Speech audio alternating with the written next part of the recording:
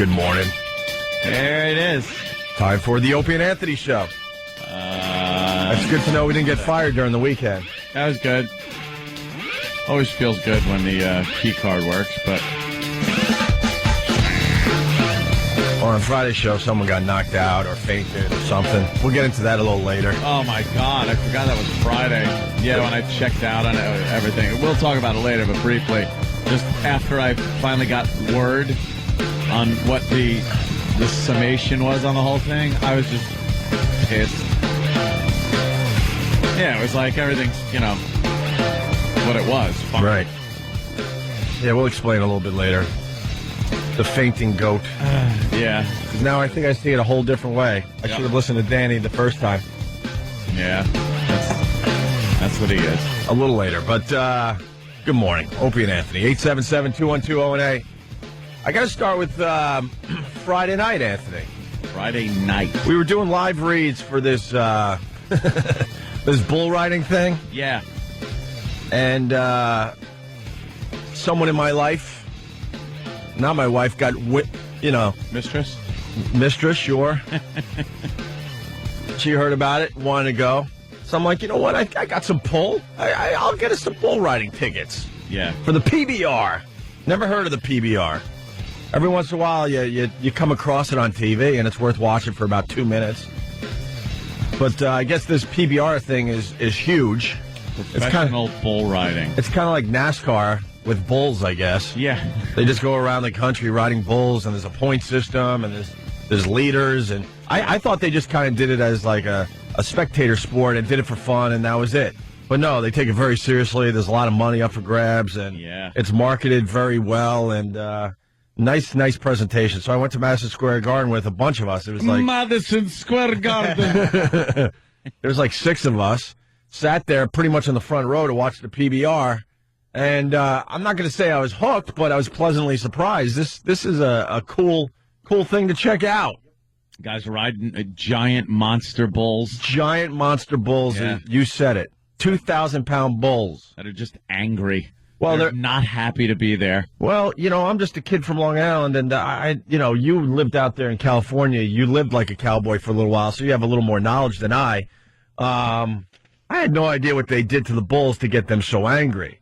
Well, I thought bulls by nature were just angry beasts, and that's and they couldn't help themselves. And as they're in the just living their lives, they would just have to buck all the time, like I'm angry. You ever see a bull out in the pastures or anything? They're just grazing. That's all they want to do: graze and have sex with cows. Yeah. That's all they want to do.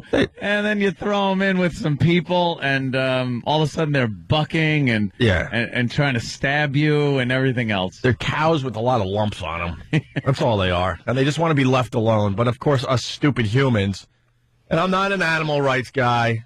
I think some of the crap we do to animals is despicable, but I'm not going to be the rah guy ever. Nah. I'm sitting there going, wow, they're beating the crap out of the bull before they even open the gate. Yeah.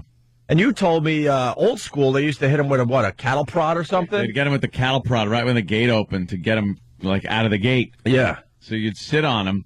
That's the most dangerous point in bull riding is just getting on the bull. Right. When he's in that paddock area before the gate opens up. And then there's a whole ritual. All these guys have this very ritualistic thing of how they hold on to the rope that's wrapped around the bull. Their hand has to be in there perfectly. It's almost like, you ever watch professional arm wrestlers, and they got to get their fingers just right? Oh, yeah. They got to get that hand so it feels perfect in that around that rope. Yeah. And during that time, the bull sometimes starts bucking in the pen, and you're just getting thrown around inside a metal and plywood pen area. Yeah. So it does get a little dangerous. And if they get thrown off the side, there's and problems, right? If they get thrown off in the pen. Oh, yeah, if they get thrown off in the pen, it rarely happens. Yeah, they got enough people in there that are kind of, making sure that everybody's safe, except for the bull. It's happened, though. And then you got the bull rider I saw the bulls getting kind of hit, punched.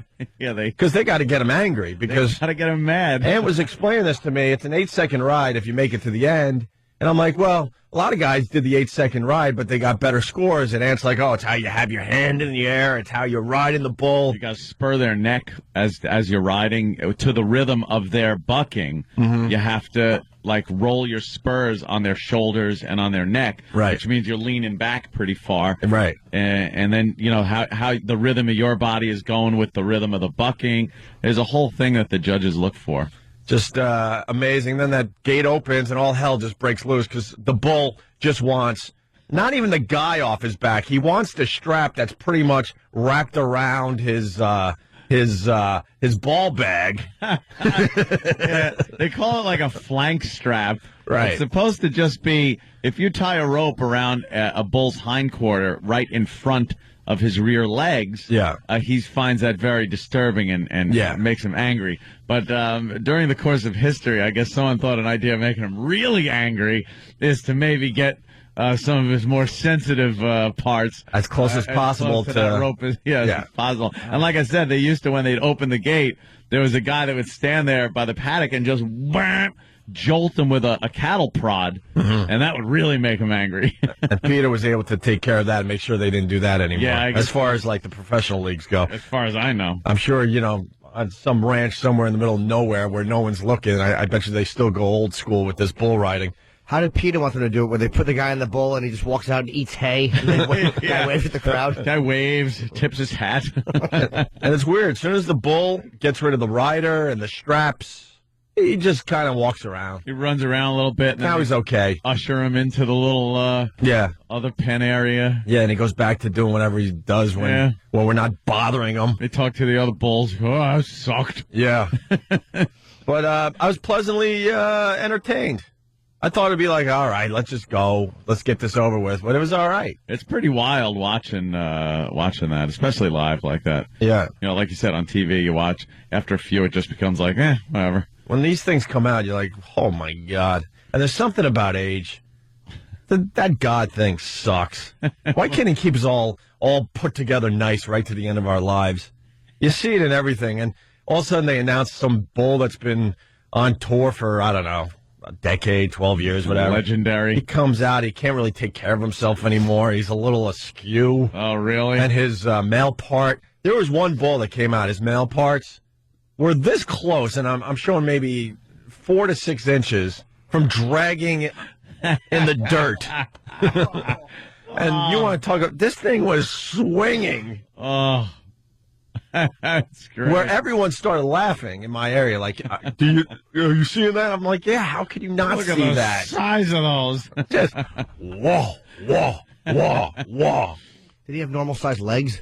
What, the bulls? Yeah. Oh yeah, they All were right. just That's not that genetic impressive. wonders. That's not very impressive if he has like little teeny legs. Little Yeah, teeny yeah. legs. That's where I got the idea for the song Pendulum. I was prepping another kind of bull. Yeah. They kept swinging back the other way. I'll tell you who's tiny is the bull riders themselves. Because they put their stats, I guess. That's important. I don't know. Yeah. And most of these guys were under like 5'6". They were 5. One guy was like 5'3". He looked like a little midget. Yeah, after they he got off the bull. They found after a while that a lower center of gravity obviously works better for these guys, Right. Than to have a long, lanky guy up there where, forces of physics work on you a little more than if you're shorter and Yeah. closer to the bull's back. I'd like to see Shaq on top of one of those bulls. Just get a monster on top of the monster. What I was told during my illustrious bull riding career. You actually got on one of these things? Oh, many of those things. That's what I did in California Wait, also. You actually did actual bull riding, Oh yeah. not like PBR style, No, I rode bulls. but you got a good I ride. Got on there, and I think I stayed on for 8 seconds once, but the bull was just kind of trotting. It was one of those dud bulls that come out and didn't do anything. Yeah, there were a few of those. But for the most part, you're mad because, the bull's ruining it for you. But, you follow it. You follow his head. You look down at his head and follow and see which way his head's turning, and then you compensate with your body. But they can move their head around pretty quickly. If they're spinning to the right and you're all adjusted for a right-hand spin, and then they go left, you will just fly off. You're done. How are these guys not breaking their necks? I don't know. They Like obviously whiplash. they obviously practice falling. I don't know how they do that, and I don't care. I don't need to do that Right. much research. How do you know how you're going to fall when you're thrown up in the air? But they're practicing because a lot of these guys, I saw that they were able to do some quick twists to make sure they're not breaking their necks. Yeah. That I noticed. Yeah. Were they wearing the helmet, cowboy helmets? Yeah. Wow. See that? Oh no. They were wearing. I'm sorry, like the college hockey masks. Really? Yeah. They call them See? the college hockey mask. Where Old they have school. Because I've seen where they wear an actual helmet. hockey helmets, hat, I should say. Right. where the cowboy hat is on top of a helmet, and it's like old school. Just They the jump cowboy off hat. sometimes, land on their feet, take their hat, and throw it at the bull's face. Like, go screw you. Look what I did to you. Yeah, now there's all kinds of they wear Kevlar like chest protectors too, don't they? I couldn't Got some tell. kind of Kevlar, flak jacket almost, so they don't get stomped on by a hoof and Right. stops your heart. So, I don't know. I think the old school stuff is a little more thrilling, a lot more chance taking. I ran into some fans and I was like, you guys go to this a lot? And they go, yeah, every time it comes to town, it's pretty cool to check out. And then the one guy was telling me that the New York Times, I think, did a whole story on this, and they were talking about the buckle bunnies. They're called buckle bunnies. This is hysterical. Because I guess after the bull riding, the guy's doing autograph signing and picture taking or whatever, and it's all about the buckle bunnies. Want to be with these guys. So that's what the girls are that chase these cowboys around. Yeah. Me and Sam were laughing at the fact that they're called buckle bunnies because all these chicks that are groupies for things have names, but the name has to be start with the same letter as who they're gunning for. Right. Like you got the lot lizards. For the truckers out there. Yeah. And then he told me the wrestlers have ring rats. Ring rats. Well, we've been to a few WWE shows, and that's very accurate. Yeah. They are rats. Let's say hi to Bruce in Louisiana. Bruce. Hi, Daddy. Hey, Brucey. You guys really got to check out the video of Tuff Hedeman riding Bodacious from back in the 90s. That bull totally shattered, like, half the bones in his face. Oh, That's why they wear... Yeah, Bodacious. It's a big, like, yellowish white bull. That's why they wear the helmets now, because of that ride. Really? The bull bucks up, and Tuff Hedeman got, thrown forward at the same time. And basically the bull hit him right square in the mouth and just broke half the bones in his face. If you ever watch him commentate, you can see half of his face is paralyzed now. Oh, he's a commentator. Oh, wow. Yeah, he's a commentator now. Uh-huh. Yeah, he was. Oh man, it's probably, I would say, one of the. You know how NASCAR fans go to the races for the wrecks? Yeah. Same premise. Yeah, turn the monitor on. Danny found Bodacious footage on YouTube. We could link this certainly on ONARadio.com. They had a bull on Friday night that's never been rode at. Never been rode. Well, it never made it. Yeah. I mean, the guys haven't. What is it called when you get to the 8 seconds? Clean ride or something? Yeah, no one has been able to go the distance with this one bull. Really? Oh, yeah, and the dramatic music started, and no one has ever blah, blah, blah, blah, blah. But Bodacious, the undefeated rodeo bull video. Very cool, Bruce. We'll check that out. God All right, thank you, damn. guys. All right, Bye. man. All right. Just getting started. The bull riding. Ari. Huh? That's the one where he gets it. Oh, this is the actual ride where the guy smashed his face? Okay. Smashed his face in. Well, now they're interviewing him. Was it so- with a hoof? Did you get a hoof? What is it, a paw? What do they call that? A paw? No, A hoof. the guy explained what happened. The I know. bull. Oh, I okay. was just doing a little Oh. fellas. Oh, look at me being stupid. All right, we're just getting started. 877-212-ONA. Yeah, we'll talk about the Golden Globes. Did you guys see Mickey Rourke won a Golden Globe? Yeah, we'll go down. Yeah, he's back. He's the new thing now. He ain't back. He's back. He ain't back. It was one of those roles that he was perfect for. You think that's it, though? Yes. That's how Hollywood works, though. He's like the it guy now for 15 minutes. Oh, like John Travolta when he did Pulp Fiction, and then he could go into other roles because he still looks like a normal dude. Mickey Rourke is such a disaster. This film was made for him. What is he going to do after this? Play an alien. All right, there you go. If those type of roles are around, sure, he's Something else. back. Who's going to cast this guy? Play the guy that got his face stomped on by the bull. All right, there's another role for the guy. Biography. You can't say he's back, though. There's not many roles this guy could take. Oh, here it is. They're talking about him as the villain. Oh, okay. All right.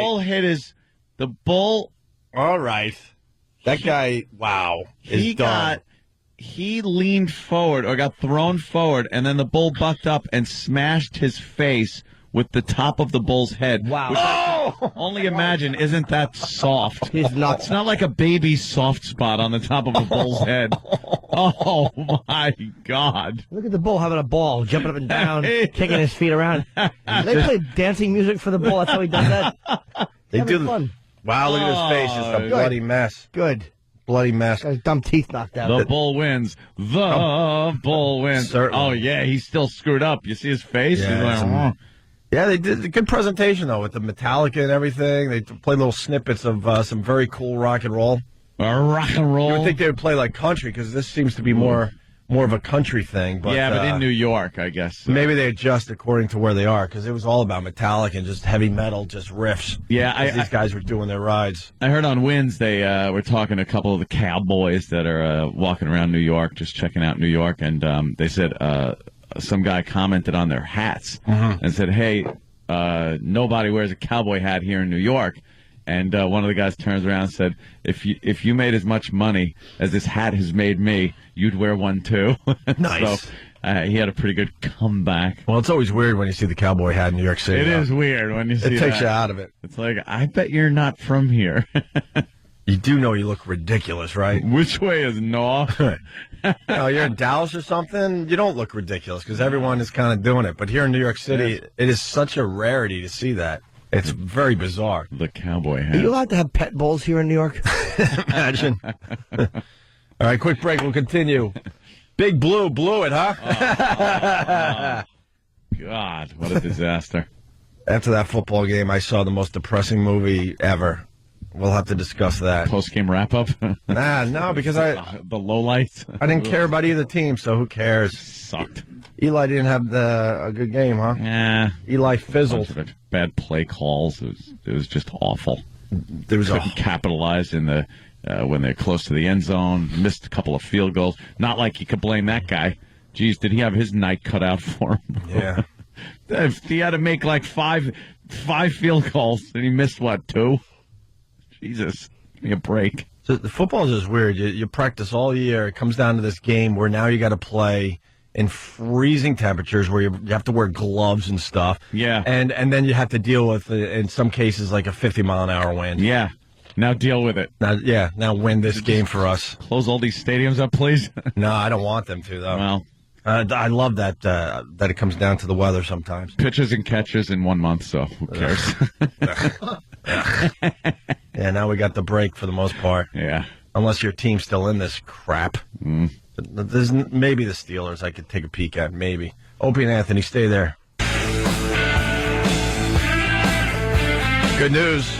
Bret Michaels, he's in a car on his way to the show. We love when he comes in with Big John. That Rock of Love is a monster for Bret Michaels. And one of our girls was on there last night. Oh, yeah? Taya, I think her name is, the Penthouse chick we had completely naked in studio. Right. On the other side where we're allowed to still have naked girls. Yeah. And when we do have naked girls, all hell doesn't break loose. For the most part. Earth keeps on spinning and there's no real issue whatsoever. We're not allowed to have naked girls, but this Taya was on Rock of Love last night, and there was a blank shot happening. Oh. Where? Yes. Oh, the big one. Yeah.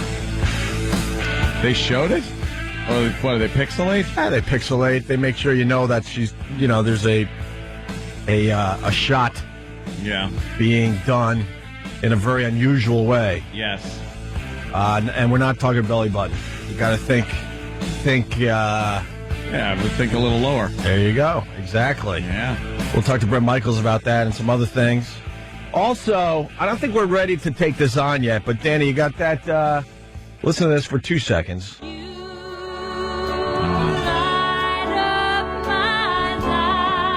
remember this song. It was a hit for who? Debbie Boone? Debbie Boone, I believe 1976. Little song by Debbie Boone.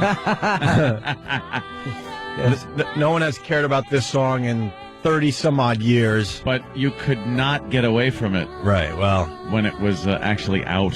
It's a nice song. wait till you hear about this song today. Yeah. Wait till you hear about this song today. No, it wasn't Anne Murray. And Murray. No, she was wild. Oh, And Murray, they all it was sucked. Debbie Boone. That's right. Let's say hi to Jim in Cleveland, big football fan. Jim, how are you, buddy? Opie, Yeah. you can't start talking about Pittsburgh, dude. You're going to ruin it. You have nothing to worry about. I don't care enough about any of these teams left in the in the running here. Dude, just don't say they're going all the way. Don't say those words. I'll take a. Promise me. All I said was I'll take a little peek. I know you have some loyalty toward Philly. I just know you do. No, I really don't. You have to now, just for the fact that your in-laws probably have the loyalty to the Eagles. See, you don't listen, Anthony. You don't listen. What? My in-laws, I've said it many times. They don't like the Eagles. They like the Dolphins.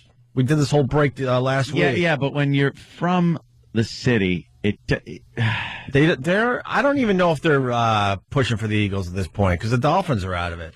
They're big that's what I Dolphins mean. fans. If the Dolphins were in it, then yeah, sure. But like you take all these teams out of the mix, you got to go somewhere.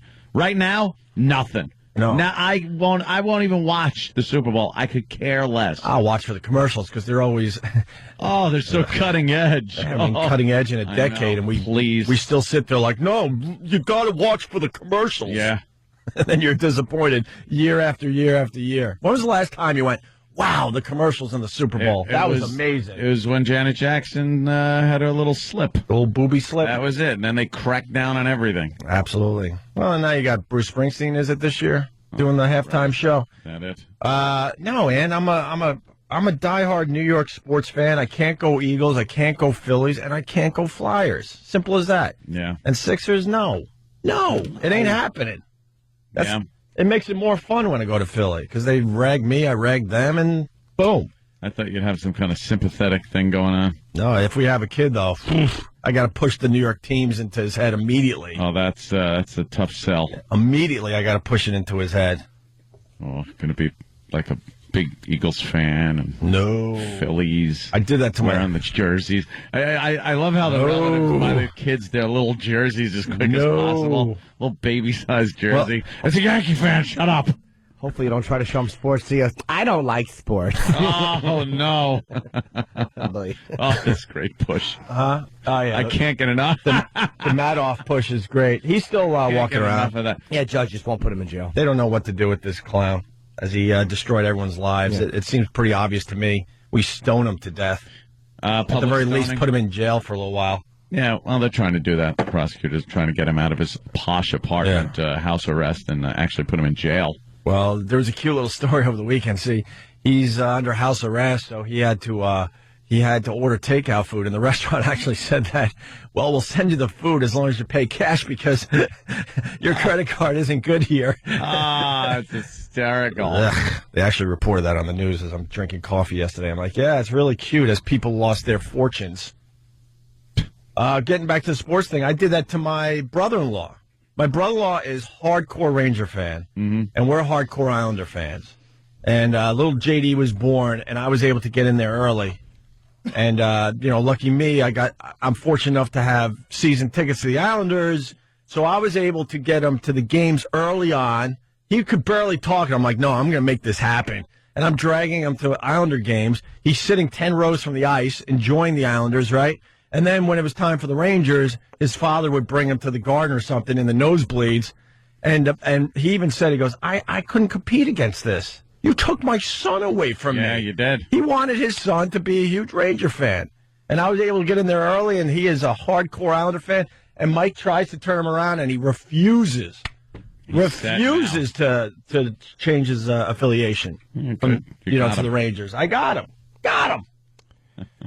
Do you know when I was a boy, I was a Yankee fan and my dad was a Met fan?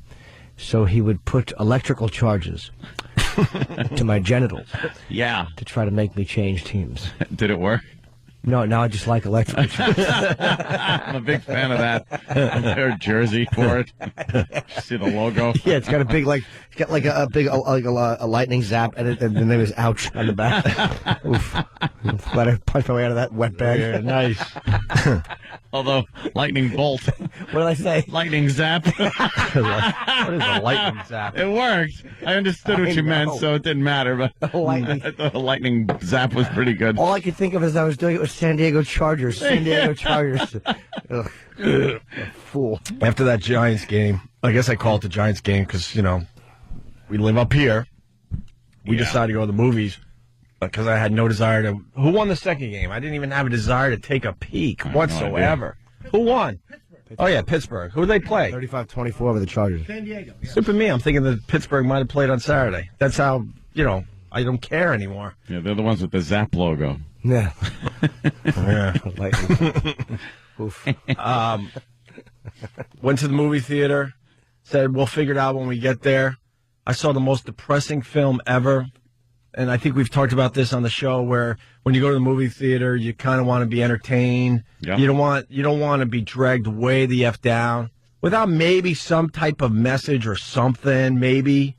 Yeah, I'm not into the depressing films where you leave just like, oh, Dude, God, it was a packed house. sucked. And at the end of this movie, the old proverbial, you could hear a pin drop. Not one person was talking as everyone just walked out of the theater just depressed, like, ooh.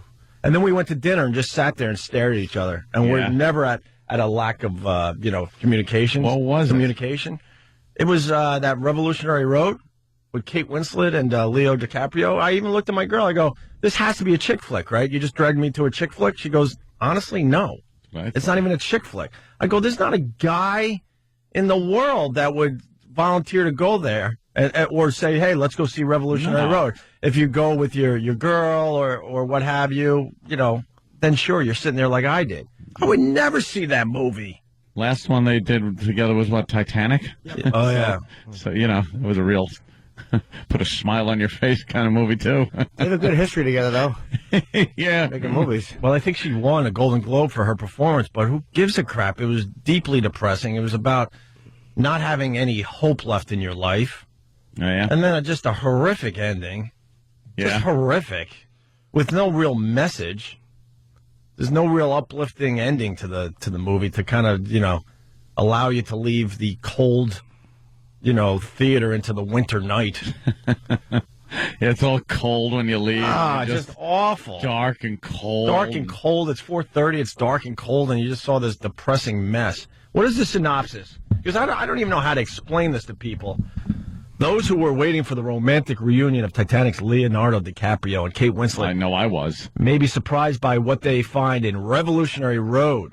The movie begins with a sweet scene where Frank DiCaprio and April Winslet meet at a party, but the rest of this drama, based on blah blah's novel, is devoted to watching the destruction of their marriage and their selves in 1950s suburbia.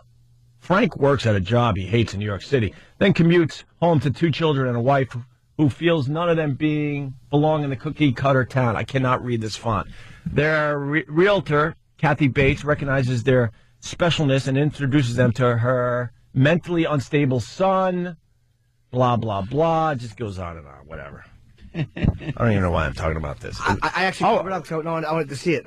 Don't go see this, Jimmy. I love a depressing movie if it's good. I love a. All right, go see. How about we do this? You go see Revolutionary Road in the next day or two. Come in here, and I'm gonna see what you thought. Yeah, as long as it's good. Kate Winslet, her acting is ridiculous. Leo DiCaprio takes you out of the movie because you're like, oh wow, he's a big Hollywood star living in the suburbs at a mediocre job he hates. Yeah. It's Leonardo DiCaprio, looking all Hollywood and crap, and she looks the part of just a miserable housewife. I'll see it. I like it. If a depressing movie is good, like if it really takes me there. I watched Once for Warriors over the weekend. It's miserable. I like a good depressing movie. About Schmidt, depressing but hilarious. This Yeah. just nothing good comes out of this movie in the end. Nothing. It just reminds you that, you have dreams when you're younger and you get older and you realize, oh, wow, I don't have dreams anymore and I'm stuck living. I have no more hope. That was the message, basically. Fantastic. And I think everyone in the theater felt that, like, wow, I remember when I wanted to be an actress. I remember when I wanted to be an astronaut. I was going to play for the New York Mets. Yeah. And now I'm stuck in a dead-end job with 3 kids living in suburbia. Well, you never know. Huh? You never know what could happen. No, this is No, all it's just about no hope. No, this was so Okay. obvious that whatever chance she had at being an actress was long, long gone. Yeah. It's like the Harry Chapin song, "Dreams Go By." Mm-hmm. All right. Yeah. Or he always wrote about just these miserable or something. Maybe it's just dreams. What's that called? Yeah. Some miserable song about how your dreams, and then you just kind of keep living life, and then by the end of it, you're old. Tell them to relax. Don't lose your head over. Yeah, apparently he dreamt of being part of a bumper, and certainly succeeded. Yeah, no kidding. The big winner, though, this weekend Yeah. was Gran Torino, Yeah. which I don't know, people are saying is the Anthony Cumia story. Really? Apparently, yeah. That damn movie was sold out because I was ready to go to that. Or Dude. that Slumdog Millionaire, but we got stuck with this Revolutionary Road and Clint Eastwood, it could be his last acting job, too. please. He's saying he's getting a little old. He'll still direct and stuff like that, but... Remember when the Who said they were retiring? Well, It's just a thing to do now. yeah, you say you're going to retire and that's it? Yeah. Well, also his biggest grossing movie on an opening weekend ever out of any of his movies. Mm-hmm. And this one, he just plays a complete racist who goes around everywhere with his guns. And apparently he befriends his neighbors who are Asian, but still calls them horrific names. But and then there's a storyline in there of how I guess he protects them in some way, shape, or form. Ah. Yeah.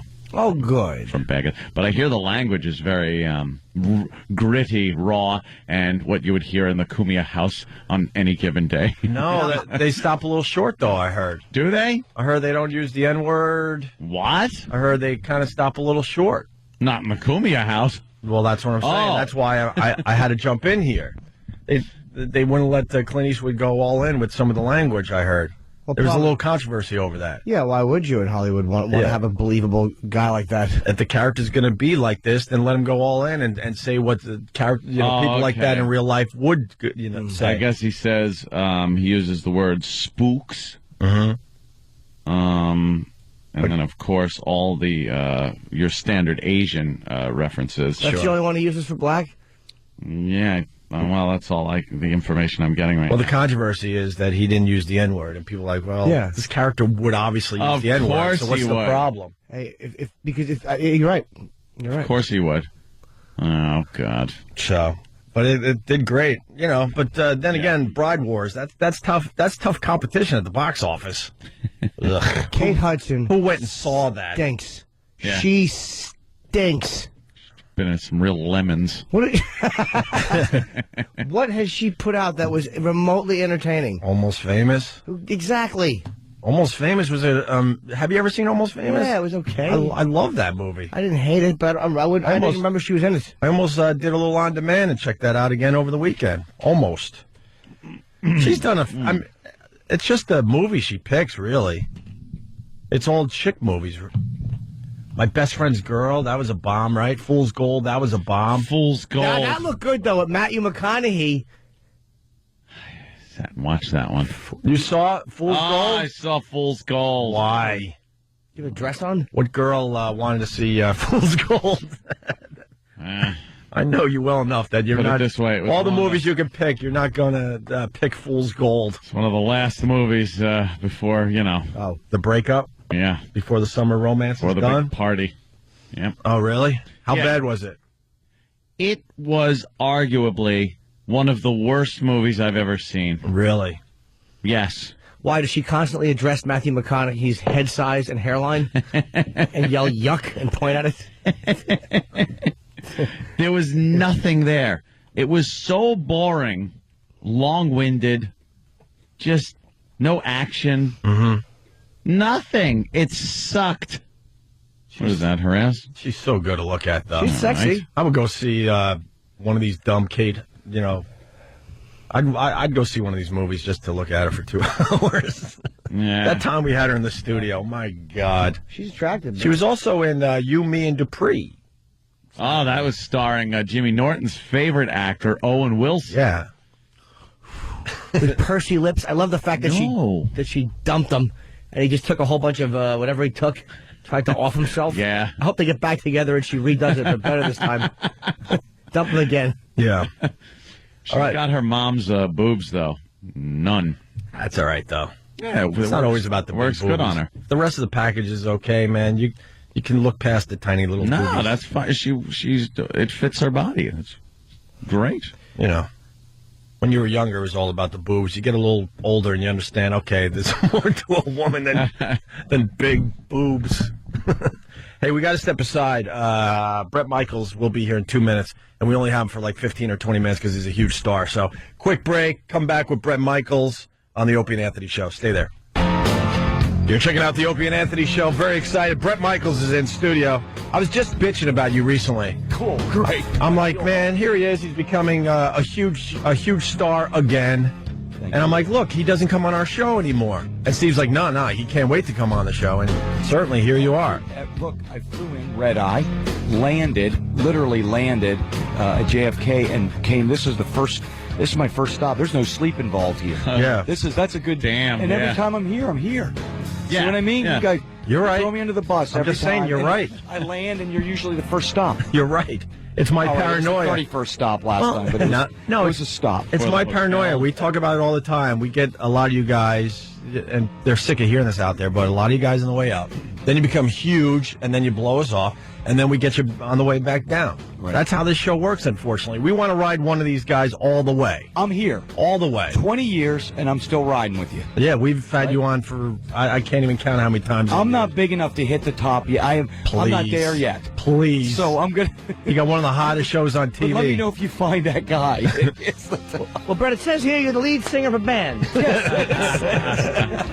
Of a rock and roll band. I'm the lead singer of a rock and roll combination. Yeah. Yeah. And my dad said, "Are you getting a combo together or?" Combo. That red eye flight is a bitch, huh? You didn't Wow, sleep man. at all? I've never slept on a red eye flight. Everyone talks about it, and I think last time we were here, unfortunately, and I apologize, Big John is not here to strip for us again. yeah. But his, I want to send this out to him because I know he's listening. His father is really sick, and so I just send it out to John and his family and stuff like that. He's a good dude. But I think one of the last times we were here, we were going over to Iraq, and I didn't sleep. Not everyone. You know what makes you jealous is you're looking around and everyone else on the plane is either faking they're asleep, Yeah. which is pissing me off, or they're asleep, and I'm looking around like, am I the only guy on this plane not, the only human on this plane not sleeping? And that's when I get even more anxiety. You know what I mean? Because now I'm forcing myself. But no, I didn't. I never sleep on a red eye. I try to sleep in every mode of transportation now, unless I'm behind the wheel. Right, of course, and Then maybe I'm a little drunk. bit. but I try to.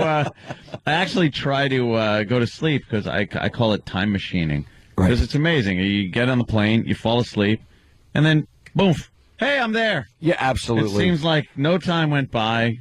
Do the same thing going to Atlantic City when you get a driver or something like that. Fall asleep.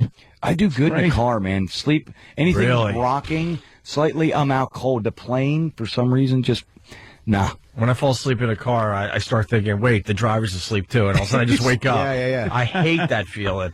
I would love to be able to sleep like Anthony does. But Rock of Love, a third season. Right. And last night was amazing. Taya, we've had Taya on the show, the Penthouse Pet of the Year. She's beautiful. With the VAD shot. Can we say VAD shot? Yeah, I believe we can. Yeah. We used to do all that everything you're doing on your show. We used to do on our radio show. Absolutely. And for some reason, you're not allowed to do that stuff on radio anymore. But it's a trend in TV where it's do whatever you want. You can. Here's what's amazing, and I said this about the show. It's unbelievable that they cut me loose to do exactly what I want. Now, I don't know if you all saw the very first episode where I walked in. We got done with the show. Mm-hmm. I walk in, and it was an open to the public bar. Like we really there was no setting it up or staging it. We went in, and I think if you talk to any of the girls, Taya or any of the girls, you'll find out that we walked in, and there was 3 or 4 different kinds of women. Right, and these 2 girls were up in the bar and slipping the old test tube up the Yahoo, and the next thing you know, I mean, I walked in, I'm like, it was the first. I go, how's everyone doing? I'm like, hi-yo. It was right there. I mean, there was nothing I could say. I'm like, and I'm looking around and I'm like, this is surreal because it's public. Yeah.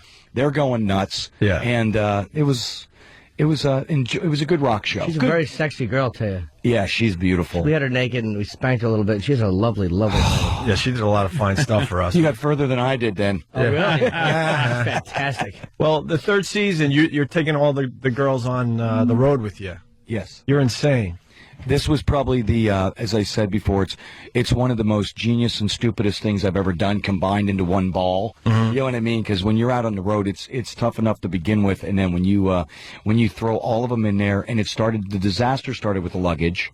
You know what I mean? It started with suitcases. They actually had those huge, what looks like Tupperware to me, but people store stuff in it. Yeah. They're larger Tupperware-ish items with like duct tape and belts around it. I go, I don't know where you're going to actually, where you're actually going to put that on the bus, but good luck.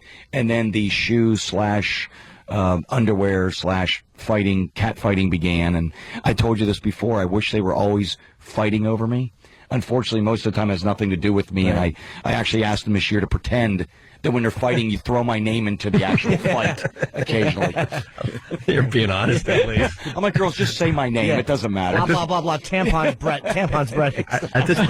At this point, In fact, they did say that. That's yeah. exactly. At this point, they're all fighting just for TV time and all that. It used to Whatever. be to get your attention. I used to think. Yeah. You know, you would have thunk it. Yeah. But you're trying to do actual shows, and you have to deal with all the drama that's going on with these girls, right? Right. It's I become a combination of many things. I would like to think we date, which is good on a dating show. There's policing, mostly policing, psychiatry. A lot of psychological, deep wounded issues that I like to rehash and bring up, so the girls feel them, and then I come in as the savior. You know what I mean? I just throw enough out there to get them to bring up those bad wounds they've kept deep down in their soul. What's better than rescuer sex? Yes. What's better than that when she sees you as someone who's helped her and then she just gives it up? That's the best. That's how I do it. That's how I lure them in. You look down, you see that like stare and like the tear just coming down the side of the face. Later, Like, you're oh. just And then- more baggage for the next poor sap. Oh, of course you are. And she has to take medication now. Speaking of medication, in the first episode, our lovely lady tribe, Nikki, who I thought was great, who I unfortunately let go, but her tackle box of pills that I found, I couldn't stay up with the amount of drugs she had in her. I'm like, listen, pick what? Something that brings you up, an amphetamine, a downer, some Oxycontin. I don't know. Find something. But I was laughing so hard. She goes, we were up there, and she would say something to me, and halfway through the sentence, I would lose it. And I'm like, man, just pick one. I'm good with one drug. You know what I mean? If you pick one drug and you stay with it, but combine that with the alcohol was good times. A little much. Good A little times. much. Good times. Good times. And you're not actually going to have a relationship with any of these girls in the end. That's obvious. Loving relation. That's where you're wrong. You just want- long, caring, loving. You're just hoping for a fourth season. I'm just. I mean, yes. you're up to 3. That's amazing. Please tell Don't me. you want me on no semi way up? Yeah. Okay, good. Please tell me you didn't do anything with rodeo. I actually asked this just before you went live, and I got a look from your guy in the corner there. You did not go there. Rodeo's one of the broads, and she's just a beast. She's not. She's a beast. She's not a beast. You were with Pam Anderson, my friend. You know, She was- back whenever. Yes. You're not. You can't even look at me. What you do at rodeo? I may have spent a little time. You know, She's rough, man. hey, to each their own. I thought she was beautiful. Out of all the girls you got, rodeo. To each their own. Oh, please. Yeah, I'm all for it. No, they're It's perfectly acceptable if she's any time up until she's dead more than an hour. Then you're a creep. I was just going to say, it's an hour. There's a leeway period. Yeah. I guess everybody has, their own taste. I mean, what does she look like? Is there a picture up there? Compared to the rest of them, you can right there. pop up? Isn't her real name Cindy, right? Yes. Yeah, Cindy, right there. This one. Right. And why is she called Rodeo? Cowboy hat on. Oh, she. Oh, okay. That sums it all up. Yes. I think she's like 45 years old. I'm going to Oh, yeah? say, yeah, She's up there. she was great. Though. She was, and she comes out, she's. Oh my You're killing me. You're killing me. You had sex with rodeo. She's grateful. That's what it is. Yeah. She's great. She's grateful. I don't know. Not maybe after I was done. She may have wished when I was done, she wished she could have got her money back. But right up till then. Oh, my God. Oh, It's just we had a hot good girl after hot girl after hot girl. And come on. Show the guys a picture of rodeo. Come on. No, it's all good. Are you popping it up on the screen? Well, Yeah. She's not bad. that's not bad in a she's a 3 body- by 2 inch picture from 20 feet away. That's been like, She's and got the a picture's been cleaned up a lot. A lot. Show Take that. care of herself. I have is that to. what you- She's a body. Go back. Bodybuilder, yeah. She is a. When you see her close, it's, Go this one, Danny. go large. No, this one. There you go. This is who Brett Michaels had sex with. What is that teary? She's crying in She that. cried all the time. That's her right after it. That was after But he we said, did "Now it. get out!" She had a big vein on her head. She looked very sad in that photo. Wow. Yeah. Yeah, look Listen, at that. there was Her aorta's in her forehead. Yeah. That was an emotional moment. Come Yeah. on, she was Yeah. having an emotional Oh. breakdown there. However, going to this season, the third on the season. Rock of Love, looking for true love. But I walk on the show. I'm honest with the girls. I say, look, it's a dating show. We're here to have fun, and we do. And it's this year will bar none is a good time. You're in a tailspin and you're trying to get out of it. I know. You're killing me over here. And I'm slow, and you know I'm slow. You Yeah. know the We got fight's the upper over, hand today. And now you just hit me in the body on the way You back. haven't slept. We're well rested. Yeah, this is seconds after. Welcome to John F. Kennedy Airport in New York. Yeah. I'll go see my pals Opie and Anthony. Did you have sex with rodeo? Because I know they've been nothing but nice to me, so I'm just going to... Yeah. Last time you had me interviewing 4 hours of 70s porn. That was I had fun, to watch wasn't Big it? John Strip, which I've mentally never got over. Yeah, and I don't I'm think scarred for life. We try to make sure you guys remember us. That's all. We always do. Hey, also, you had Megan on your show. Yes. Megan started on Beauty and the Geek, then went to Rock of Love, and then went to Charm School. And she was in the news recently because she went after Sharon Osbourne, and Sharon, gave her a beating. It was insane. I don't think if you wanted to, you could fake that beating that happened. And last time A big boo to VH1 because that's what she looks like naked? who are you looking at now? Megan. Lovely. Holy crap. Wait, can I see it? Hold on a minute. Oh wait, could I see? Take a little look over there. And, She's chesty. wow, Yeah, Megan is, she's a busty gal. she Sure is. Can I say something about? Can I throw back to my days? Can I hark back to my first Playboy '70s breasts? The breasts are remember in the '70s things they went out and up like they Yeah. they I don't know if you know what I mean. The shape of them went out but up a little, like they were real and she has that very '70s-esque. Yeah. Playboyish. The bottom had a lot of weight to it. Yes. And then the nip was positioned above. It rode higher. The equator. Yes. Of the breast Of the area. breastral area, yes. They looked hopeful. They were looking up. And Always she looked, looking up. always They had a nice weight to them without the sag. It was Nothing all about like- weight without nothing the like sag. depressed breasts that are all down, just going. Ho hum. It looked like two oranges in a tube sock. But Megan was on Rock of Love and then Yes. moved on to Charm School. And what did she? They did the reunion, and she was like hammered, and she was on pills or alcohol or something was going on. Yeah. And she went after Sharon Osbourne. What did she say? She made fun of being married to a brain dead rocker or something like she that. went after the legend that is Ozzy, and share. Again with Megan, I know the thing is with Megan, she's pretty. She says what's on her mind. I'm not sure sometimes it's always at the right moment. And she apparently said something to Sharon, and from all I know was the same thing everyone else saw. I wasn't at it, so it was. But Sharon, man, she lost it. Supposedly, the fight was amazing, but Was it a physical VH1, fight or an argument? Physical, yes, and like, VH1, they they were edited the ripping- crap out of it. They gave you maybe 2 seconds because now I think there's going to be some kind of lawsuit. Basically, this Megan girl made fun of Ozzy to Sharon. Sharon got up like, "I need a minute."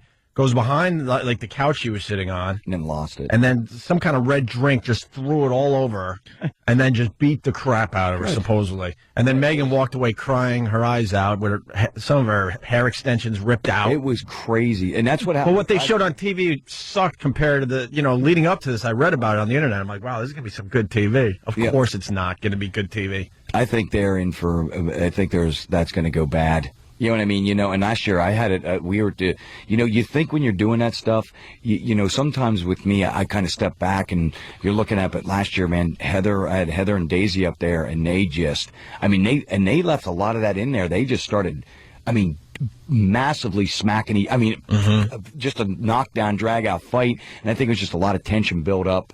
And then they just get to that reunion, a few drinks, and it's crazy. But I hate to say this, that, you're watching TV. It's part of what makes it that reality TV is part of what makes it that real, and that you just don't know what's going to happen. And sometimes it's just real laid back. Other times it's just. And your show's not as scripted as a lot of these other reality shows have become. Thank God. Because we talk about it all the time. Like, you're watching a reality show, but it's obviously the show has been written. Right. Like the Hogan family was a perfect example. That thing. Those people have very boring lives, so they had a bunch of writers going, well, we'll make you do this, we'll make you do that. The Kardashians, the same thing. Right. It's just, what do we call it? It's like... They call it assisted reality. Right. Assisted. That's what they said if I was doing it for Family Jewels, and they had it's assisted reality. Could you... Yeah.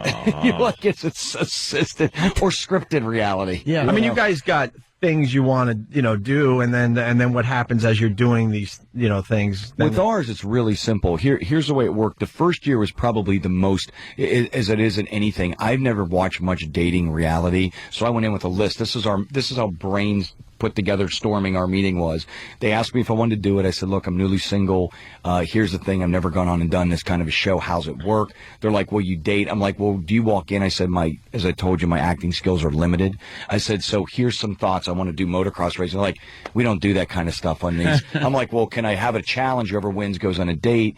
And that's what I think became great, is I said, you can't fake a bunch of girls that don't know how to ride going on a challenge, and then let us just go to a date and on a date and have drinks and do all this stuff. Yeah. And I said, make sure there's lots of alcohol, motorcycles, fun, mud football. Everyone's like, you can't do this. Everyone will, the people watching will turn it off because it's not dating. I said, well, maybe I think people see when a show is completely scripted. Mm-hmm. All of a sudden the one girl enters the room and magically they argue with the other. I think you have to, with this, I think with mine, they have to bury most of what actually, a lot of what happens, and I think the only thing that we have on ours that you have to know is when you're going to do something, the cameras have to know we're going to go up and get on the bus and go out to a truck stop Olympics.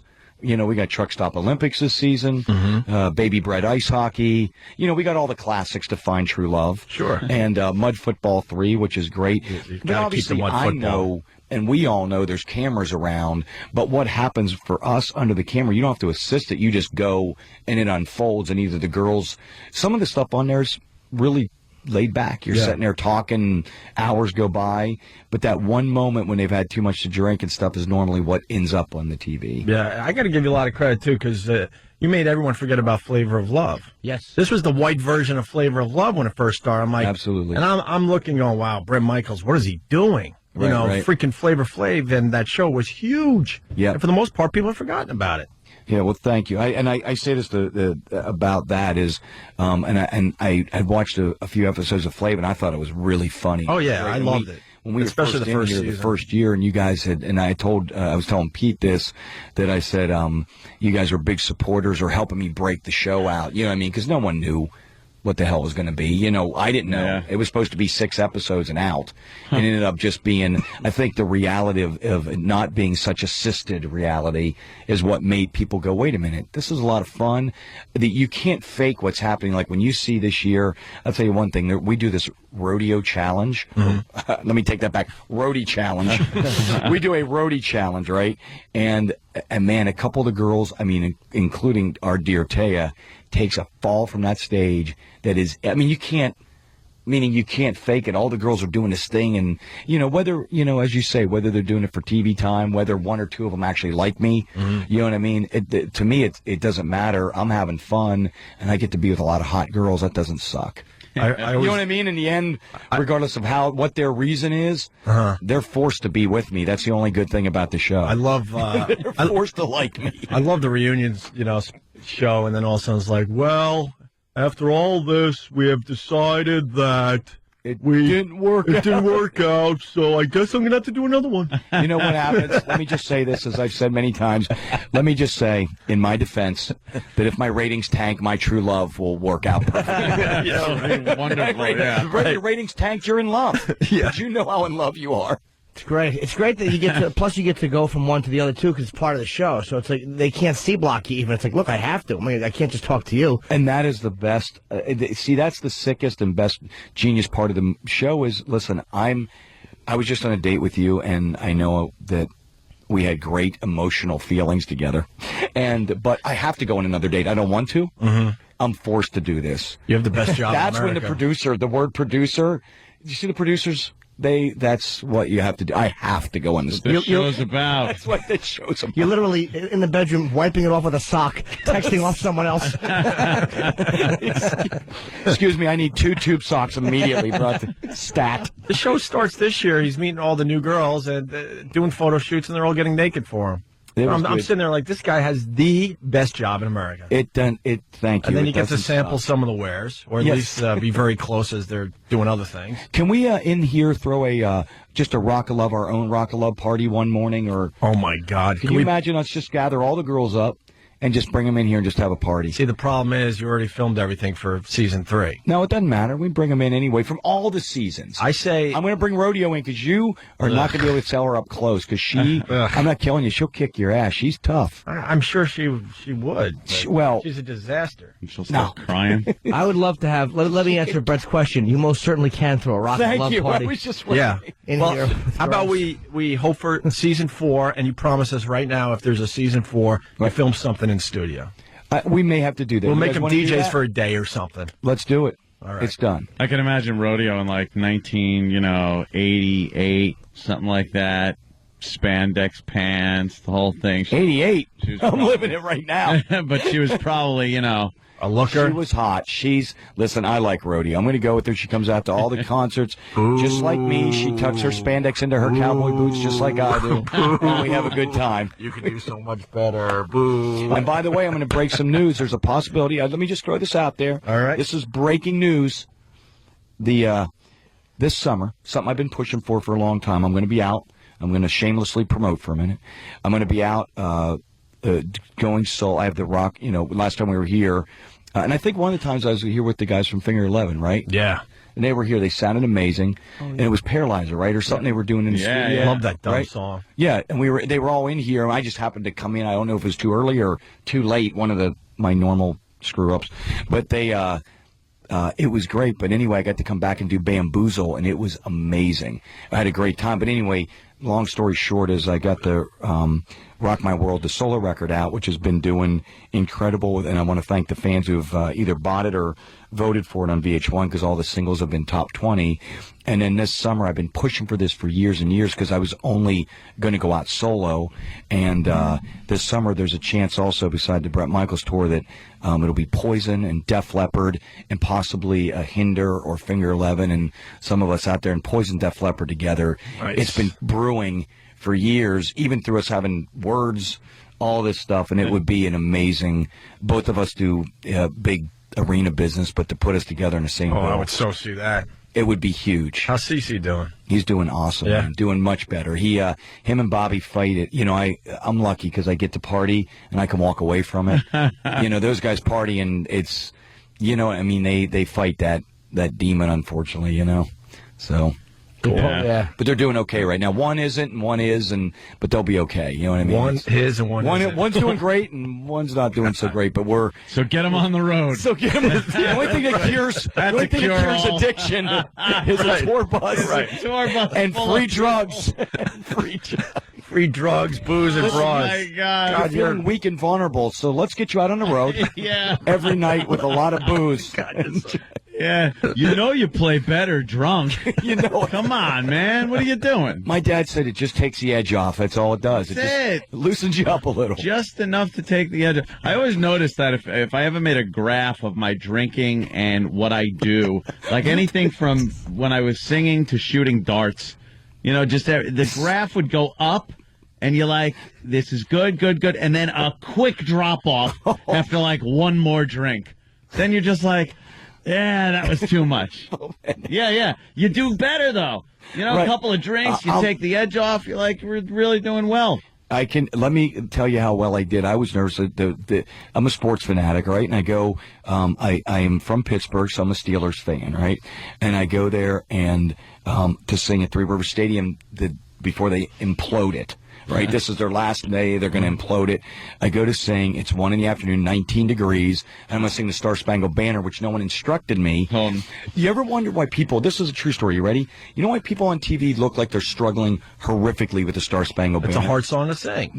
Forget that it's hard. Everyone says that, but there's another problem. It's 19 degrees, and when you sing in the stadium, there's a full 1 second delay. Yeah. So you're like, oh, say, and as you're starting to go through it, the thing comes back, but you're fighting. Do you ever watch? You're like, oh, and it looks like their heads looking around for what's going on. Yeah. Well, I went out there and started to warm up while all the guys are on the field. I'm like throwing the football, and I start to sing the song in front of everybody and realize this is a disaster. I've been practicing this for months, and I'm like, oh, I got it, and I realize I'm in trouble. My dad said, Brett, you look a little nervous, and about 3 or 4 shots later, I stumbled out into that field, and I videoed, and I nailed every single. I love you. Listen, I'm like, you're supposed to stand like 5 feet back from the mic, and I got right up on it, and I did a wonderful job, and that's the only time that and then later on, the curve you're talking, the drop off. I later had the drop off. I was great, and then suddenly, you're great, and then you suck, and then I suck. It goes with everything, even like bowling. If you're bowling and you get a few beers in you, you're like, God damn, I'm right in the pocket. I haven't been bowling in 3 years or anything, but a few beers, you're fine. Hey, let me have another beer, and gutters, clunk, 1 pin. And then there's an odd area of rubberiness after you start to suck. You know what I mean? Yeah. You can't quite, you're disoriented. You're like, what happened to my greatness that was just going on? I was just great. Well, what did you say earlier?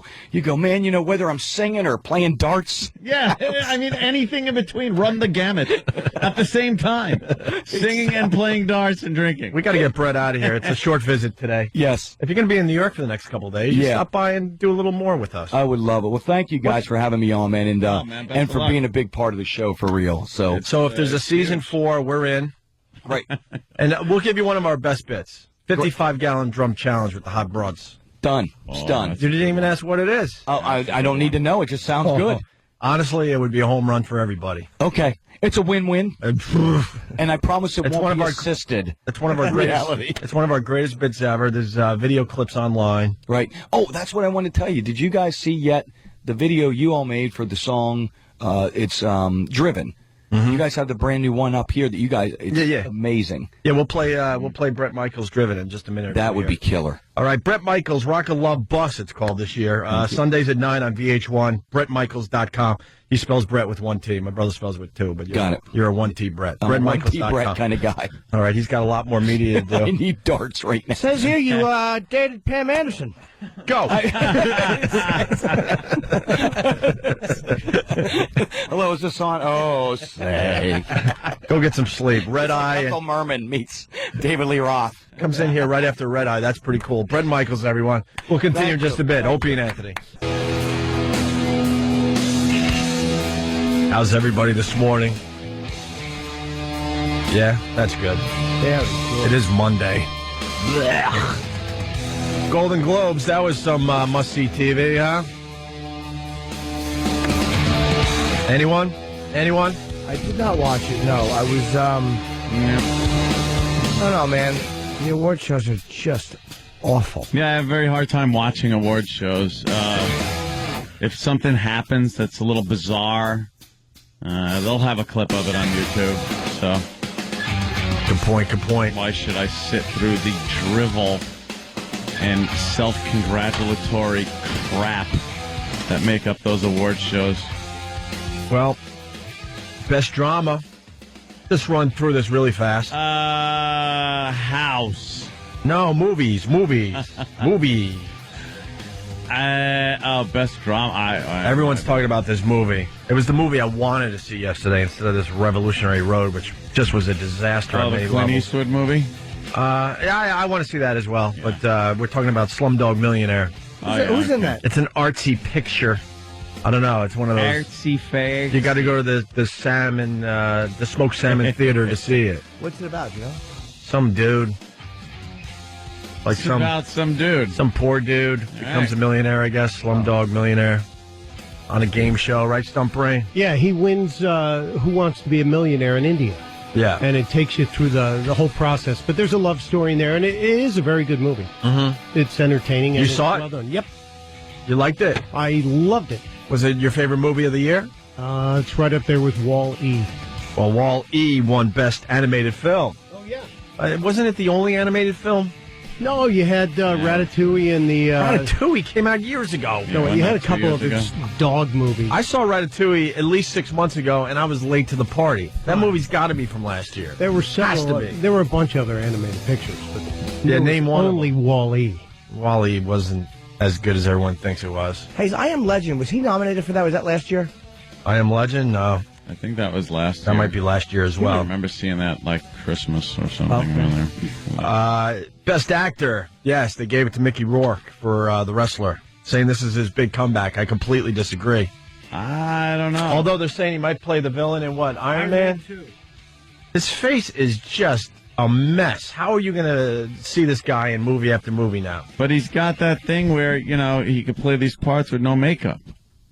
I guess. So he can go in, I guess. and he's got name recognition. Right. And now he's got a movie behind him. And he can just go in there now and play these parts. It's amazing. He's the same guy from Pope of Greenwich Village. He looks nothing like You that put a guy. split screen together, just like, wow, Oh. what this guy has done to his face. And he basically admitted that he was on steroids for the movie. Yeah. What did he say there, Stump Brain? He said, a lot of people wonder if he did steroids, and he goes, well, if I'm going to play a wrestler, I'm going to act like a wrestler. Yeah, the Men's So Journal interviewed him. He didn't officially admit it, but that's close enough for me. Why is that a bad thing, especially in that I don't care. I'm just situation? throwing info out No, I there. mean, like some people would be like, oh, steroids. Like, if you're doing a sporting thing, I could almost see it because, it's supposed to be competition between people that are of, just naturally athletic, and it gives you that edge you're not supposed to have and whatever. But if you're acting and need to bulk up for a role, what the hell's... It's not illegal as far as I know, is it? Are steroids illegal? No. You do what you got to do. They're against the rules in sports and stuff, but But they said Heath Ledger, there's rumors that he was, juicing? well, not juicing, but he was, getting into the role. Gay? Heath Ledger was getting into the role. He was possibly. I've read on sites, possibly partaking in some of the extracurricular. Like what, drugs? Yeah. Well, drugs, That's one of the rumors that is floating around. beautiful girls, And then, like, kick club. and then he was in a little too deep after he filmed, and that could have led to his death there. That's one of the theories out there. That's an actor with, I think, a confidence problem. Well, he won Best Supporting Actor. Of course he did. He's going to win the Oscar. I would like to see him win it, too. So normally, I'd be like, it's a stupid comic book villain, but I loved him in that so much. I would love to see him win the Oscar. You know what they should do? His family should just make the most horrific thing ever. He wins the Oscar, and then they go to the grave and dig up his body. Jesus Christ. And put the Oscar in his hand. Oh, wow. And you invite the media. All right, that is horrifically fantastic. Can you imagine? Oh, would that be great? Because Hollywood eats up all that crap, so, the followers should go, all right, you know what, Heath, we think Heath should have the actual Oscar. Heath would want it this way. He would want it this way. It's just a horrific, they're digging up the grave. big backhoe is just they're standing around Here in Hollywood today, with the they Oscar. gave Heath Ledger his Oscar. I don't even think should they pop the lid? Oh yeah, the whole thing, man. Yeah. Not only pop the lid, but then just stand up and throw it down into him. You hear the clang as it hits like the bottom of the coffin, and then you close it. Why isn't it? Oh God, Why is don't- that horrible? Why don't you ever hear that type of thing? You know, Heath would have wanted it this way. Yeah, he would have wanted it that way. He Really? he would want the Oscar in his hand for eternity. So we're gonna make that dream come true.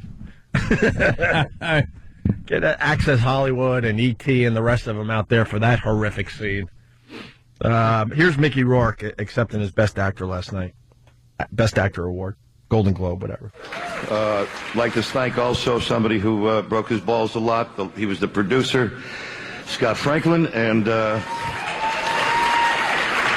I'd like to thank all my dogs, the ones that are here and the ones that aren't here anymore, because sometimes when a man's alone, that's all you got is your dog, and they meant the world to me. And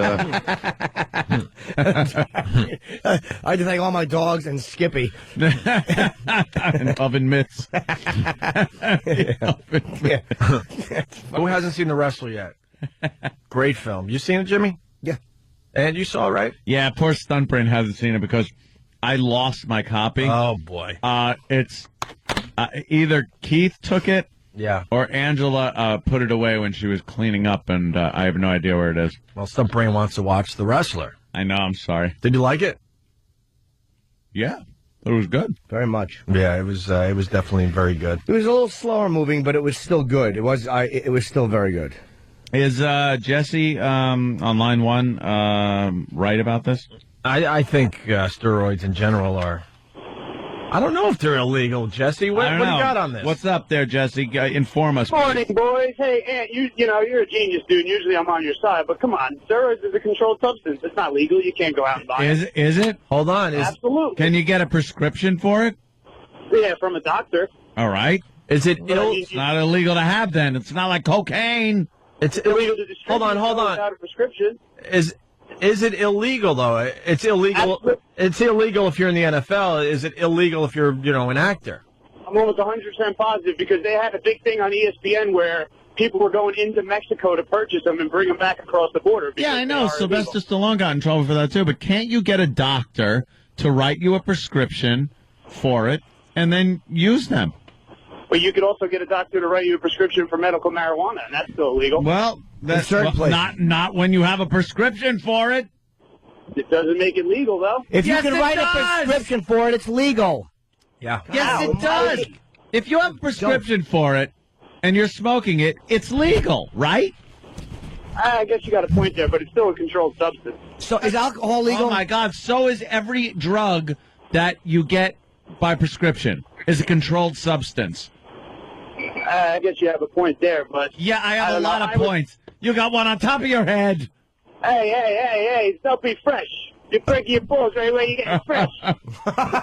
All right, you redeemed yourself. We got it. Yes, it is illegal to use steroids without a valid prescription or to distribute them. Steroids are blah, blah, blah. All right. So, I mean, if you got a prescription, you're allowed to take the steroids. Here you go. So maybe Mickey Rourke, well, no, he would have.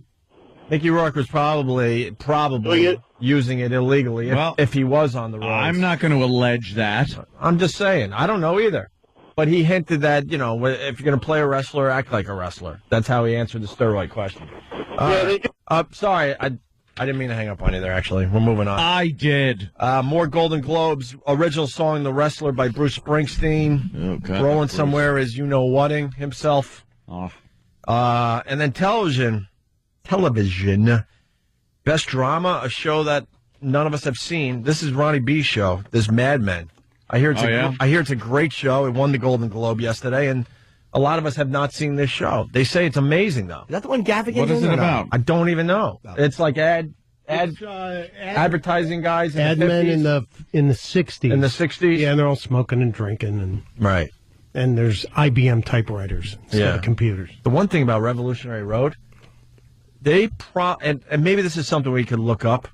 There was more smoking in Revolutionary Road, this Kate Winslet, Leo DiCaprio movie that just was so depressing. They were lighting up every other minute in this movie. Good. And she's pregnant, and she's drinking martinis and smoking. Oh, I'm like, that's old school. They didn't know that crap would hurt you. But it was so weird when they announced that she was pregnant in the movie. Not giving much away, trust me. There she is, still lighting up and drinking the martinis. Till she loses the baby, right? Well, yeah, that part you just gave away. I have no idea. I didn't see the movie. I'm just saying, if it's depressing, that probably happens. Then she might have died because, she gave herself her own abortion. I don't know, though. That's what people are saying. And then 30 Rock won everything. Yeah. Best comedy, best actor, best actress. Tina Fey won, Alec Baldwin won, and the show itself won. Ran away with it then. I'm a big fan of the 30 Rock. I don't know if it does well in the ratings, though. Why not? Another show that's really good that'll go away because it's just not getting the Won't numbers. go away, though. No way. Too critically acclaimed. They won't go anywhere. They do it all the time, it seems. Here's Tracy Morgan last night. One of our pals. Thank you. Tina Fey and I had an agreement that if Barack Obama won, I would speak for the show from now on. Welcome to post-racial America. I'm the face of post-racial America. Deal with it, Kate Blanchett. We like to thank the Hollywood Foreign Press, especially me, because a black man can't get no love at the Emmys. I love you, Europe. That's what's up. He just gets to do whatever the hell he wants. He will say stuff that I just go, I have no idea what Tracy's saying. All right. I have no clue what he's even talking about. But no one attempts to stop him. No. That's the beauty of Tracy Morgan. We love our crew. We love Lorne Mikes. My girl Marcy Klein. My boy Robert Carlock, a.k.a. Coca-Cola. My man Peter Cam with the golden handheld. I'd like to thank the people over at, the lady over at Craft Services, because she makes the tacos. She know how to make them just right. Jeff Zucker, my boy. Holla at me, JC. I think he's the president of NBC. And we love you. Thank you very much. After Craft Services, it goes Jeff Zucker. Yeah, that's awesome. That's funny. Yeah. Of his mind. I guess we got to correct something we said earlier. Eastwood and Gran Torino, I was bitching that he didn't use the N-word. He didn't go all in with his racism. Yeah. And a few people that have seen the movie said it was perfect. The reasons he didn't use the N-word was because there was only one short scene with black people that lasted maybe 3 minutes. I would assume he used spook and spade because those terms were more used back then. The movie was good and it didn't hold back. So, okay. I was thinking it was Hollywood being, little douchies. You were right, Ope. That's why there was only one scene with black people. You think? Of course. That's why. Because if a guy's a true racist, the N-bomb has always been relevant. You're right. Spade and all those were more common. So they were able to figure out a way around it where the average moviegoer thinks, okay, this is all right. We don't want to look like the pseudo-edgy pussies that we really are, so we'll just have one little scene. It's like if you're going to show a guy who's a racist, just show him as he is. Right. And that's why they probably only had one little scene. Because black and white is the racial problem in our country. Of course. It's not Vietnamese or it's black and white. Yeah, that's the big one. That's the big get. That's top of the charts. Miles in Jamaica writes, but if you really pay attention, he isn't the type of guy to call people the N-word. He was old school, so he called black people colored. All right. And whatnot. Did he use the term colored at least? Probably then. Yeah. So was he a hateful racist or more like just Archie Bunker, but a little more? I don't know. I can't wait to see the movie. He had guns. It was sold out, man. So I was stuck with this movie, Revolutionary Road. Yeah, Kate Winslet's a great actress. Who cares? Who needs to be that depressed? Just walking around, it's depressing these days with what's going on out there in the real world. You want to go to the movies to escape. I don't. I like a good depressing one. Well, then go see Revolutionary Road, my friend. And give me a little review in the next day or two. Cuckoo's Nest is one of the most depressing movies I ever. love that movie. But it's like every time I watch it, I react like, just leave when the window's open. I know. Get out.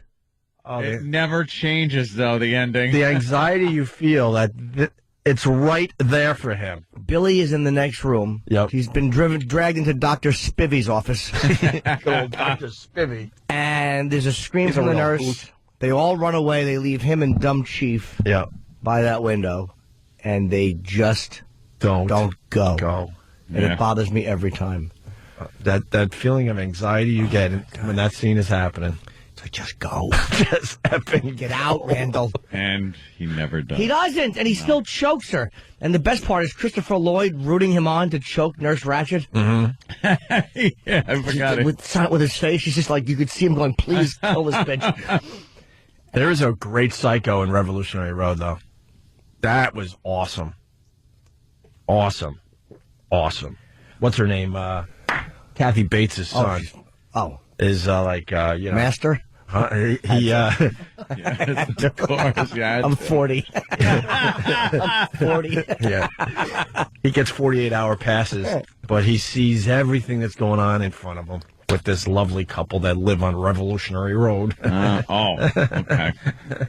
I went and saw a live production. I went and saw... Could you tease it for after the break?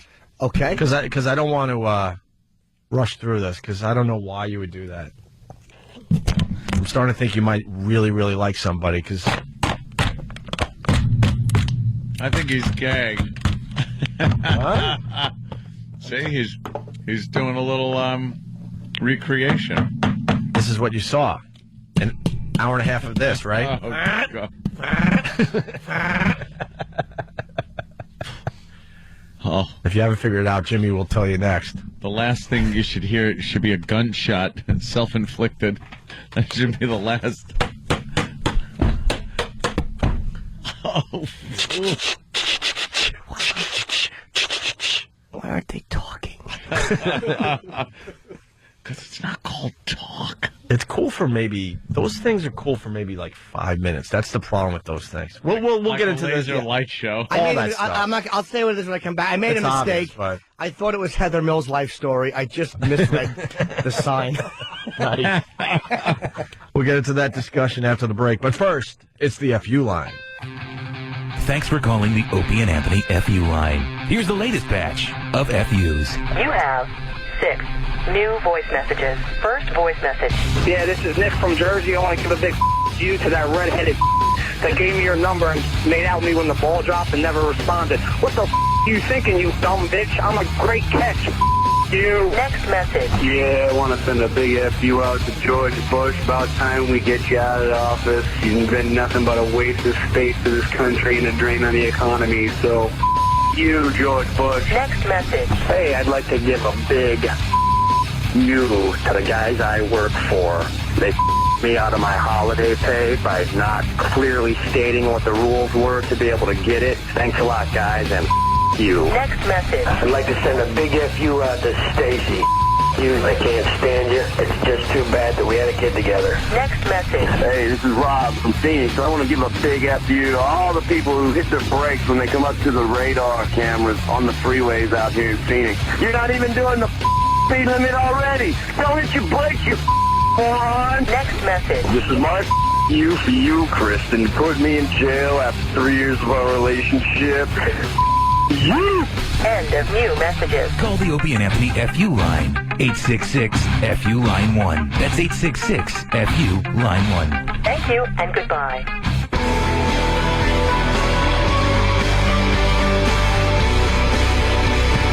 It's the Opie and Anthony Show. Stephen S. from Bay Show, really fast. Speaking of things that stink, how was Kosher David able to make his way home on Friday all coated with Liquid A? We have an update on that in a little bit. But first, Jimmy's got a big weekend. It's this weekend already? Dude, I know, it's amazing because the holidays made everything just kind of triple in speed. The shows are sold out to Bogota, except I think Sunday there's tickets for the night before Martin Luther King's birthday. Ooh. And then the Wednesday after that, I'm in Miami, Florida, doing the festival down there one night.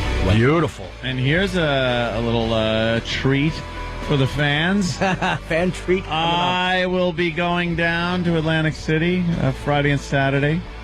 Join my good friend Jim Norton. Good. And catch the shows. You won't even see him. Why? You'll be at the blackjack table for 20 straight hours. No, I'm you go down there with good intentions, but I'm going to. you're actually going to see the show. and gambling is the secondary thing. It is. I want to hang out. I want to see Jimmy. I want to hang out. It's Atlantic City. I don't waste your time. It's the same garbage you've seen. Not for Sunday, though. Friday and Saturday. No, I'm just kidding. Yeah, Sunday's the Sunday changes it all I up. break out the new stuff. Yeah, Sunday's the one you want to see. That's where he tries. And what did you go see this weekend there, Jimmy?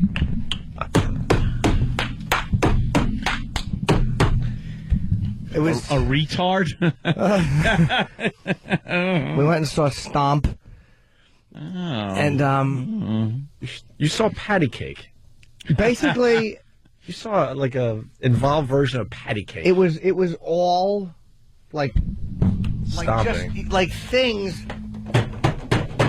And then you're like, oh yeah, I forgot. Things make noise. Yeah.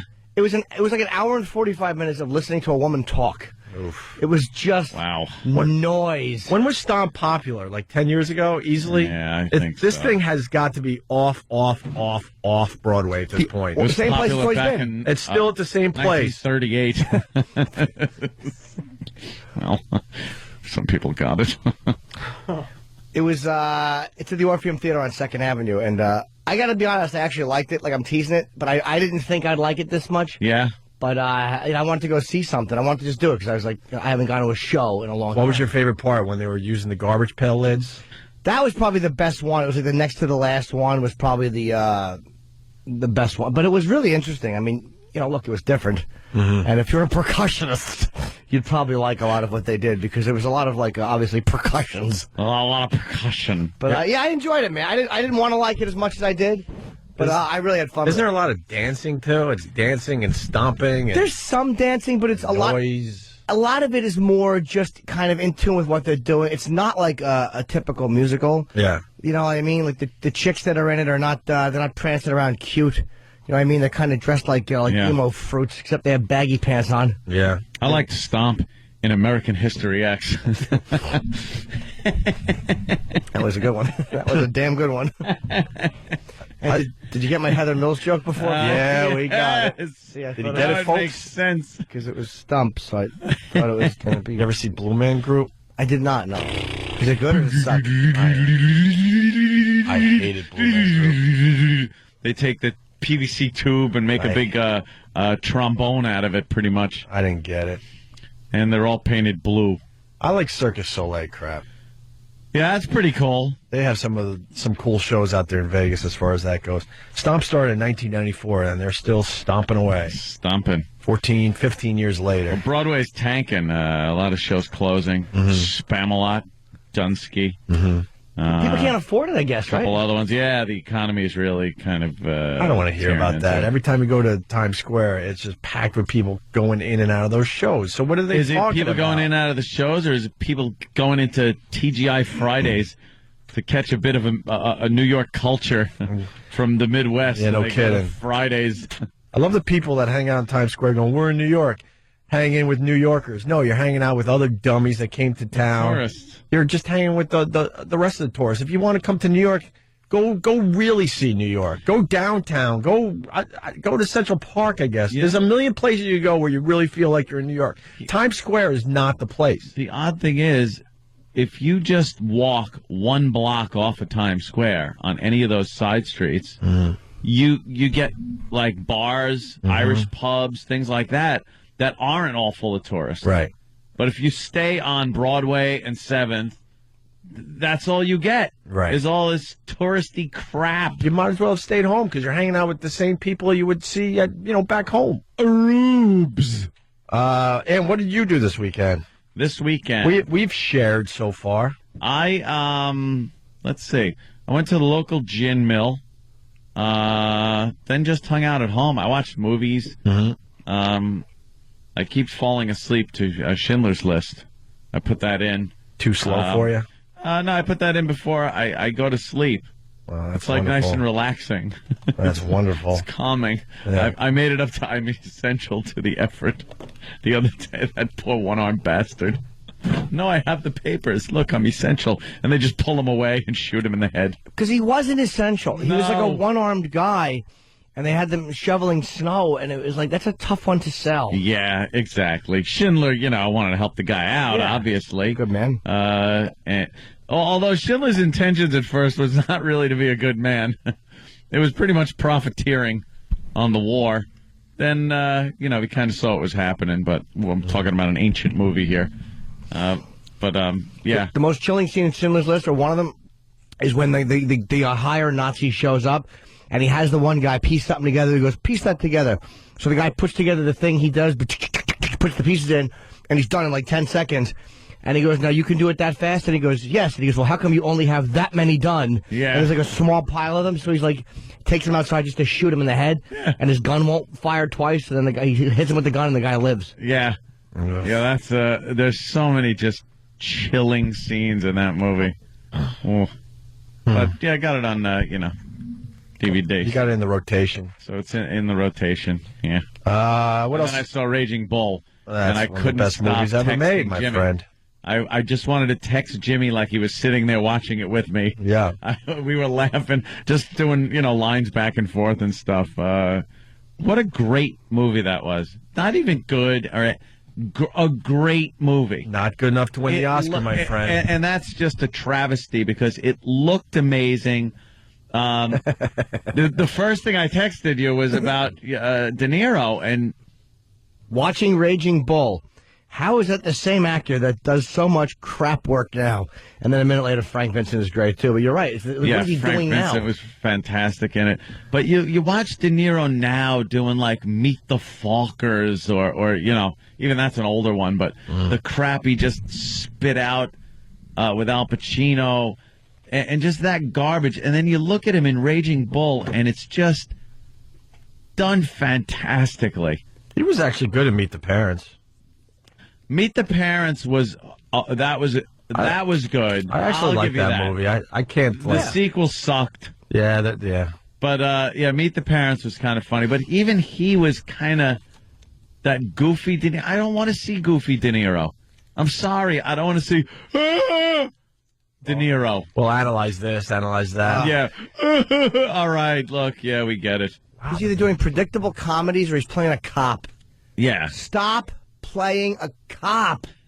God almighty. A rogue cop, Robert De Niro. Guy's been around for too many years on the job. Oh, and he's got some crisis. Shut up. Pacino, too. They're just terrible. They're playing the same guy every movie. Pesci in Raging Bull was fantastic. That awful wig he had on. Was that a wig? It had to be. He had like the tight little curl, almost like an afro thing going on. Well, I didn't even notice the second worst wig he ever wore in a movie. Oh, yeah, JFK was a wonderful one. It was a fantastic one. Let's say hi to Jared in Boston. Jared. JB. What's up? Hey, guys. How you doing? Hey, how much snow did you get? It depends. Where I live, away from the city, about 8 inches or so. Yeah. Oh, boy. Yeah. We were supposed to get a big storm down here. It was another, nothing event. But anyway. Well, the worst was it all iced up first, and then there's snow on top of that, so it looks nice and fluffy, and then you go outside and fall on your ass. Anyway, so you guys have ruined movies completely. Last night, I'm watching Full Metal Jacket, and the blanket party scene comes on, and I start giggling like an idiot, and my wife is sitting there looking at me. What is wrong with you? This is not funny. And I said, wait for it. And D'Onofrio goes, ow! And I lose it. Ow! Ow! Why? Ow! But you know what? Dude, you're not the only one that gets things ruined, because literally I was enjoying Stomp, and all I'm thinking is Anthony would hate this. Yeah. I was like, is there any part of this he would enjoy? And all I kept thinking of is literally you going, all right, we get it. All right, we get it. Right. Enough with the stomping. Shut up. We get it. The stomping, the banging, it makes noise. We know. I got a headache. Do you like it? No. No. I don't. Did Ricky Gervais really say this last night on the Golden Globes? He said, I quote, "That's the trouble with Holocaust films. There's no gag reel on the DVD." Did he really say that? Chris S. from Long Island, thanks for that Sounds little like something tidbit. he'd say. I don't know about that, but he had a very funny line at the opening. He was talking about having sex with 200 foreign correspondents, and he never got nominated for anything. There was more to it. But I hope so. Yeah, it was really I'll go funny. look for the rest of it. This is going great. Be more funny. That was terrible.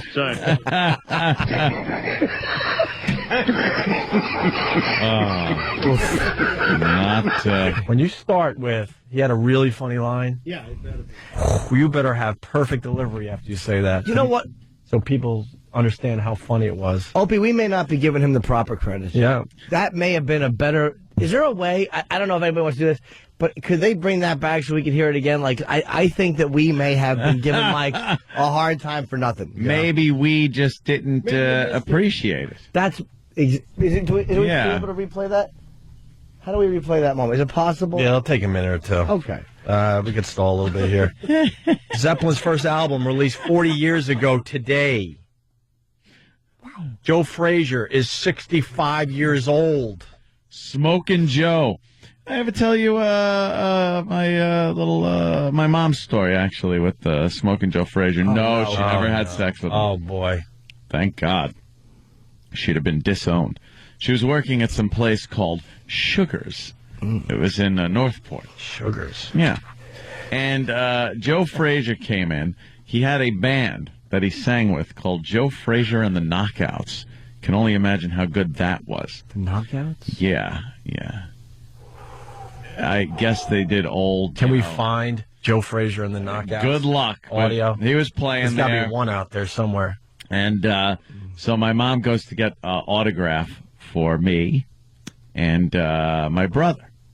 So she goes to the first one's for Anthony, and he's like, and she had to sit there and go N T H O N Y, and she thought her difficulties were over when she goes, yeah, and one for my other son Joseph. He had no clue how to spell Joseph. His name's Joe Frazier. He couldn't spell Joseph. It might even be Joseph Frazier. I'm sure it's Joseph Frazier. I've never really heard Joe be... He actually said, how do you spell Joseph? Yeah. Oh, wow. How do you spell Joseph? So, in summation, he's adult. In your honest opinion, is it his blackness or is it because he's punch drunk? I don't care if you're a genius. You get punched that many times in the head, you're going to get stupid. Yeah. Philly people, let's be honest. Philadelphia people, not the brightest. That's why so many fighters come from Philly. Yeah. All they do is punch each other in the face. Listen, pay attention, stupid. Sonny Liston, Frazier, Meldrick Taylor. I mean, there was a lot of fighters coming out of great fighters Philadelphia. coming out of Philly. Larry Holmes, an honorary Philly idiot. He's from Easton. Honorary. Used to spar with Ali. Yep. For you fight fans. Rocky Balboa. He's the brightest of all the fighters in Philly. Travis, New Hampshire, how are you? What's up, boys? A little Jimmy. Hey. How are ya? Hey, listen, about that other caller was talking about the movies that you guys ruined. Dude, also, I'm in the car with my wife, and she's like, I don't have my XM radio in here, so we're going to listen to some local radio. I'm like, great. Listen to some local talk radio, and the whole time I'm just like, ugh, God! And it just annoy me, thanks to your Jocktober. Oh, really? Yeah. Also, news clips on watching the nightly news when they do the stupid teasers. Yeah, the tease. Oh, it's just like, oh my God, they're so right. They're always just O&A is so right. Of course we are. Oh We're my geniuses. God, it just irritates the hell out of me. Yeah. We like to think that we're the reason why TV's going away. You guys have really opened our eyes, I think. We ruin everything. That's what All we right, do. Travis. Let's go back to Chicago. Coke Logic, how are you, sir? Good evening. Good evening. Good evening. God, I love that. Speaking of movies you guys ruined, I cannot watch The Shining without laughing my ass off throughout the entire movie. Yeah. Shining's got a lot of funny parts in it now that we've just gone over it and over it. It's Again supposed to be horror. and again.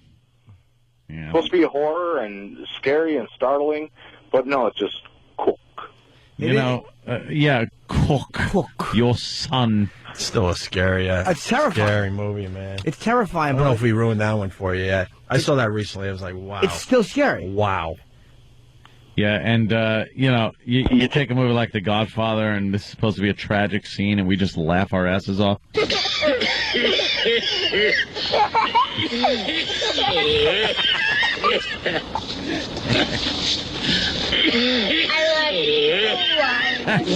It's the worst cough dub ever. I love you. And he's squirting pesticide on him. Yeah, he's squirting it with DDT. Yeah. Stop you spilling it. Rotten kid. Oh, horrible. Grabs a tomato plant and falls over. Yeah, there's so many movies. I'll just hear a clip from the show and be like, hey, from the show. Dave Cleveland, how are you, buddy? Hey, what's up? Hey, talking about ruining things. Because of you, I'm hooked on fucking CSI Miami. Ooh. Yeah? Yeah, unfortunately. Why are you hooked on CSI Miami? Because, you know, with the David Caruso stuff in the beginning, started watching it just for that opening line. Oh, yeah. And then it was over with. Yeah. I've had a channel on, and then like I'm watching those murder shows, real life murder shows, and then CSI will come on as I'm going through the channel guide, try to find something else. I'll see him do his dumb line. Well, Frank, looks like he's in trouble. Yeah, he's David Caruso is bad. It's really bad. Let's say hi to Jason in Jersey. Jason. Hey, good morning, boys. Good morning, Jason. I want to bring up the fact that the movie Twister is no longer watchable. You can't watch it without thinking of you guys anymore. But Jason, that's not because of us. That movie is horribly bad. That one is bad. You know, that movie did okay in the theaters. It did great. Everybody It's a blockbuster. Was crowing about the special effects and everything, and no one brought up the fact that the acting is so bad. The dialogue over the is top, so bad. Mm-hmm. The character is just unbelievable, extreme. Ugh. Danny's making a list of other movies that are now funny because of this radio show. Silence of the Lambs, Shawshank. That was the one. This Boy's Life. Yeah. Oh yeah. I watched about half of the last half of Silence of the Lambs last night too. Yeah. And it's a funny goddamn movie now. Now it's just funny. When she's screaming in that well and he's it's the funniest part of the movie. Danny? Friday, excuse me, driving out of the city was a mission. And I was coming up to a light, and I was going fast, but like I knew I was going to stop for the light halfway down the block, but my car was still kind of moving at a decent clip, and the engine was revving at a decent, RPM.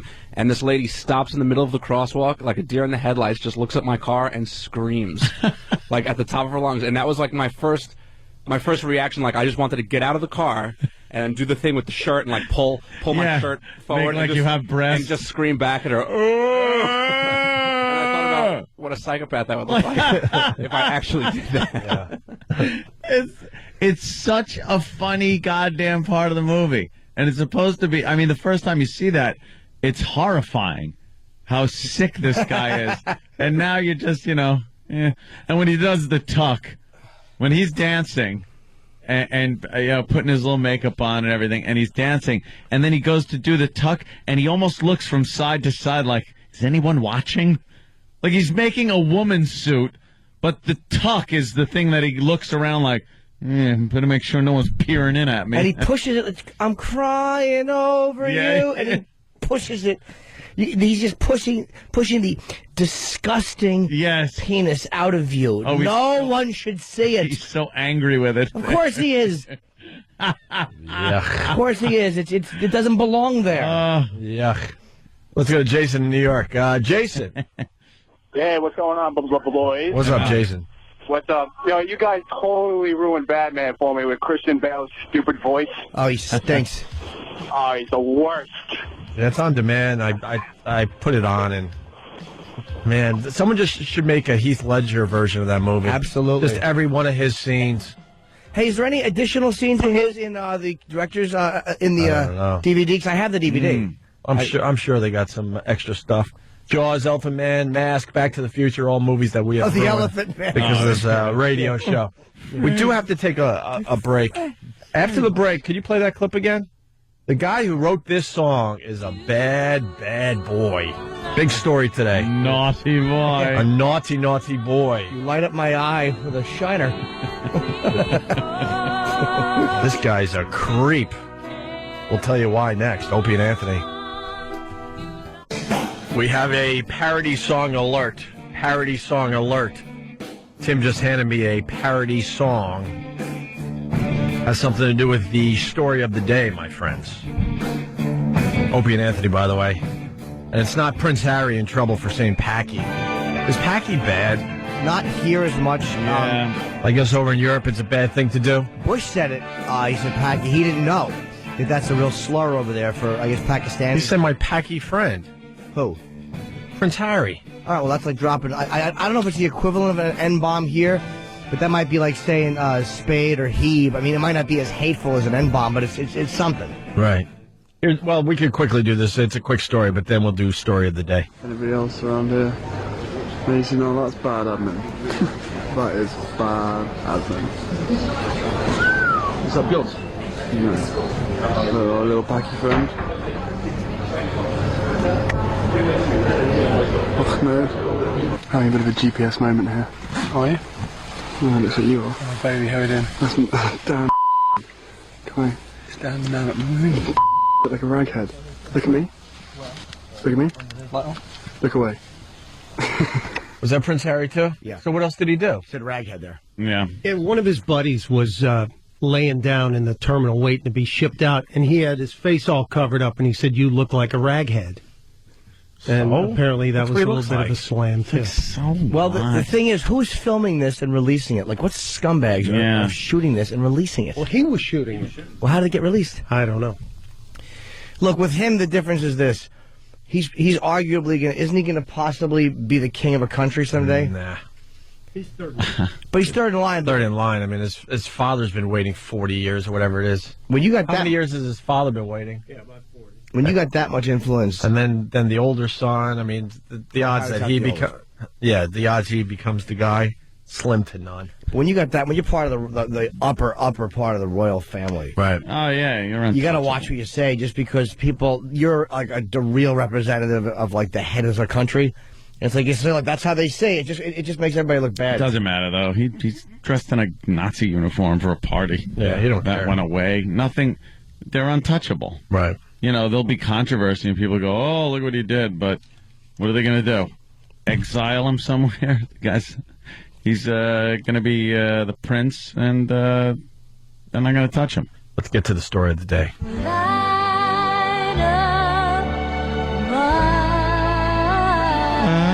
Our song. I bet the guy she was singing that about was real happy. Actually, she was singing about God. Oh, well, he's always happy. No, wait, he's always mad.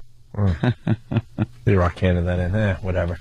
The guy that penned You Light Up My Life. Yes. Debbie Boone made it a #1 hit. What year? Like 19... I would guess 70...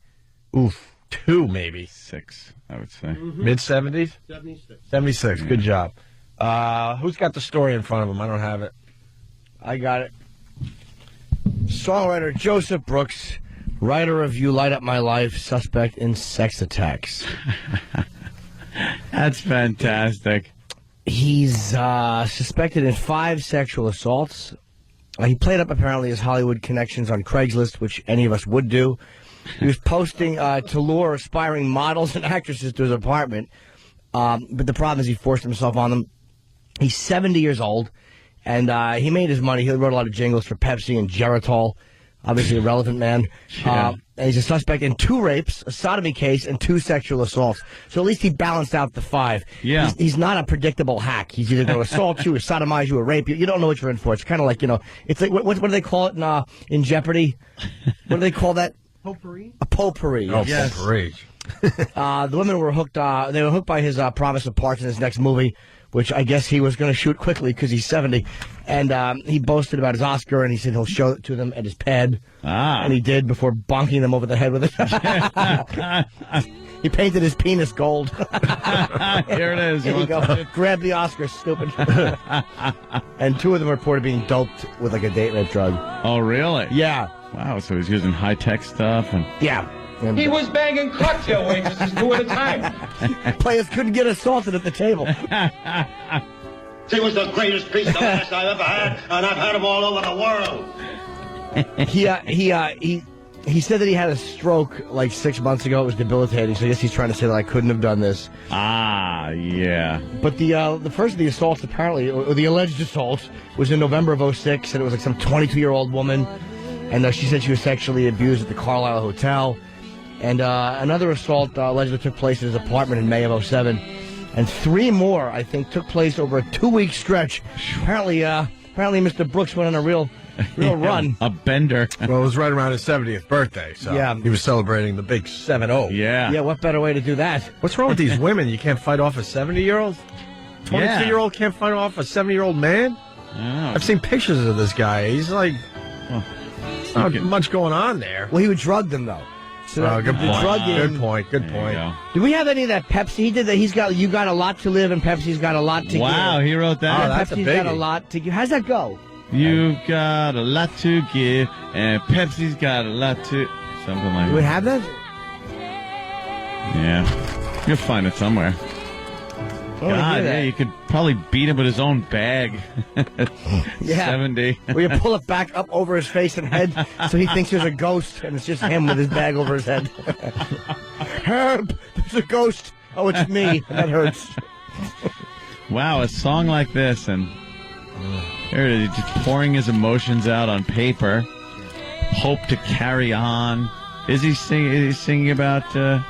Is she singing about Jesus, the Lord? Probably. Is it in the movie? Does she sing about God, or does she sing to a guy? I have no idea. I don't remember the movie. And is it Debbie Boone in the movie? Was it a song? Yeah, I think they made a movie out of the song. They made a movie so they could use the song. Yeah, what is it? You got it yet up on IMDb? Who starred in that piece of crap? She must have gotten so sick of singing this goddamn thing. She dead? Because, no, she's still kicking. She's still singing this song somewhere. Oh, somewhere. Down in Brantford or wherever it is. Brantford? Brainerd? Oh, Brainerd. No. We could take care of it right here in Brainerd. I'm cooperating here. Well, it leads to the You Light Up My Life parody that just came in from Tim from down the hall. There's a reason why you haven't heard from Tim lately on our show, but we figured, what the hell today? I thought he died. Yeah. Well, here it is. So many nights I log on to Craigslist, hoping to lure chicks into my home. I'll drug their drinks and force myself on them. That has been placed, and now you come along. You will pass out. Can you pause this? It's not even trying. I'm trying to describe a level that this stinks at. Like, wouldn't you rhyme it like you raped my wife? Or Yes, how about something that rhymes with wife? Something that Wife. ties in. We got 30 seconds left. Let's see how it Knife. ends. You could use a bunch of Strife. Yeah. You will lie down right on my couch, and I will undress and fill your with me.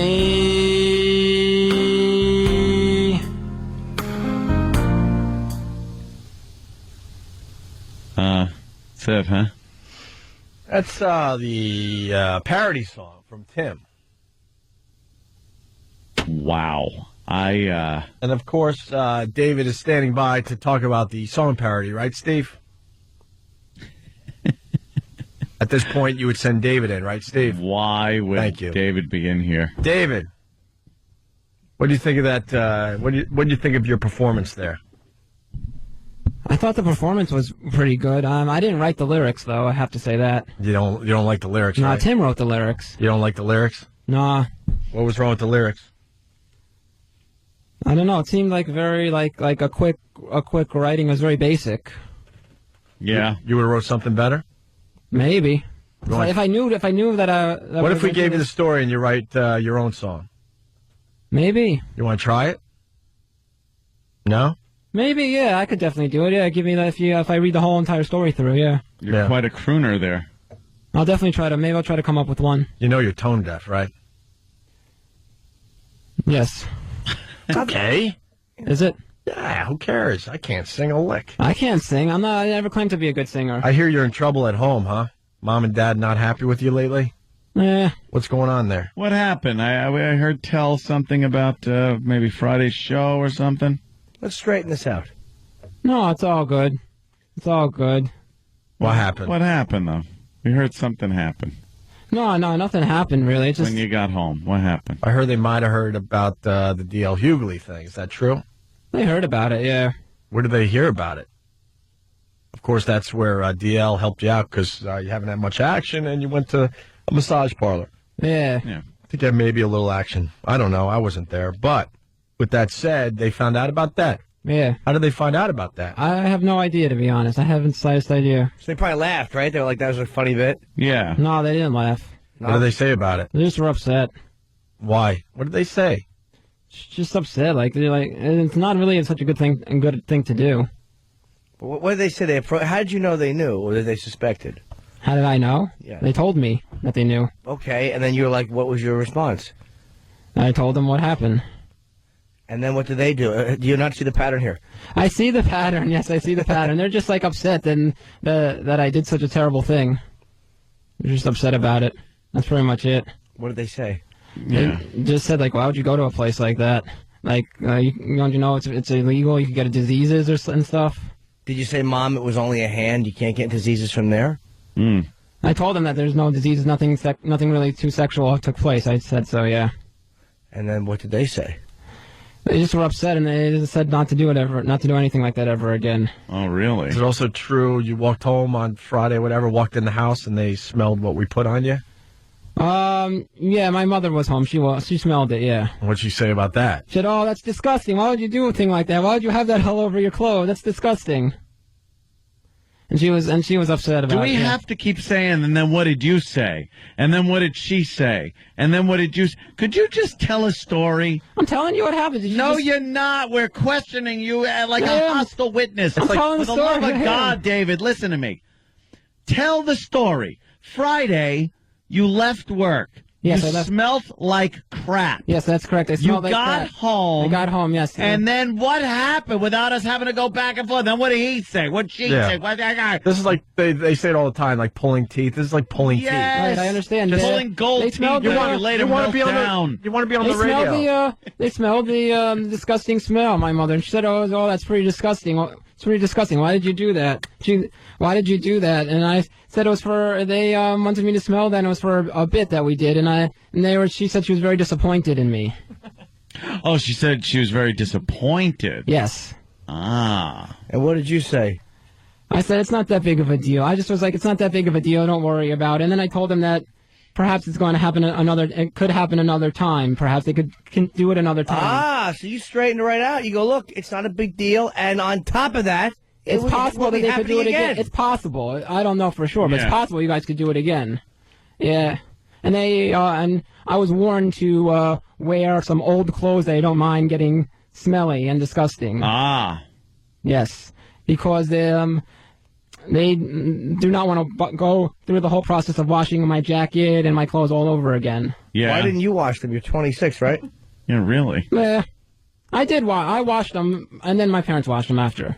2 washes. 2 washings? 2 washings. Yeah, first I washed it by hand to get all the smell out. Yeah. By hand? Yeah. What, with like a scrub board? What year Soap is this? and water. Yeah.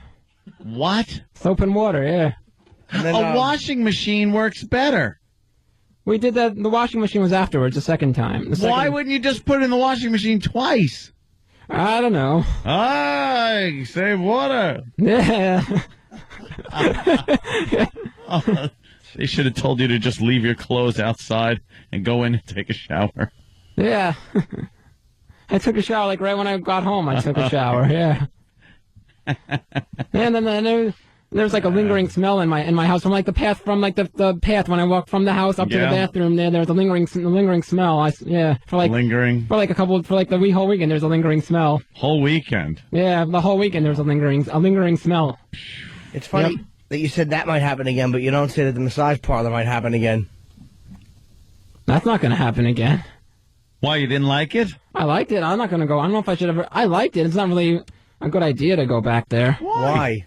Not only is it not a good idea, it's a great idea. Why is it a great idea? Okay, let me spell it out for you. Yeah.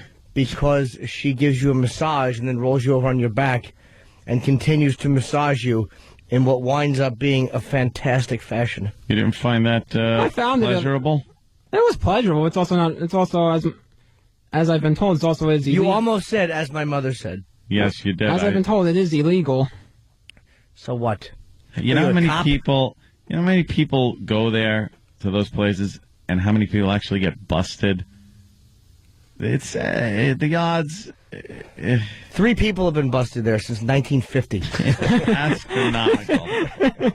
They rub you like a mezuzah down there.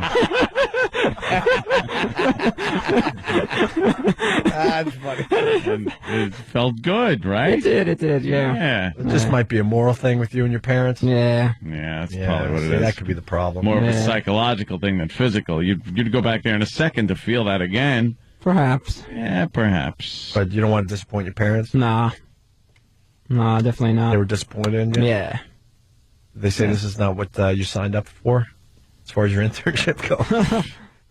No, they didn't say that. No, they just wanted me to try to use more like ethical behavior and stuff. More common sense. Mm-hmm. Wrong show for that, huh? Yeah. Yeah. It's not so much that it's illegal. They're worried that there's could be random bacterial and sexual diseases floating around. Floating around? Yeah. It don't happen like that. They use their mitts. It's not like they got to... Their mitts? They're a hand, you know? Yeah, I know. Them mitts. Did they threaten to kick you out of the house? Not for... Well, they did. Not for that one thing. You just don't want to talk about it on the air? Not for that. Yeah. Really? What? Just the combo of everything? Nah. If your shenanigans continue, did they say? Perhaps. We'll see. Like, if you do that again... Sam, what do you know? You won't be living in this house. He's Sam's avoiding... just chomping at the bit over here. He's avoiding the issue at hand here. What did you hear, Sam? Well, because it's really an intriguing story. His parents are getting really fed up because he's working, like, selling movie tickets on the weekends. I'm not selling movie tickets. What are you doing what's your job?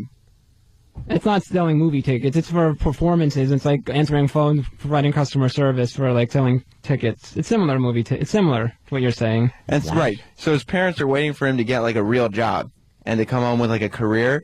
And instead, he's telling me that he's coming home and he smells one day, and the day before that, they find out he's going to a masseuse parlor, and so they have threatened. Masseuse parlor?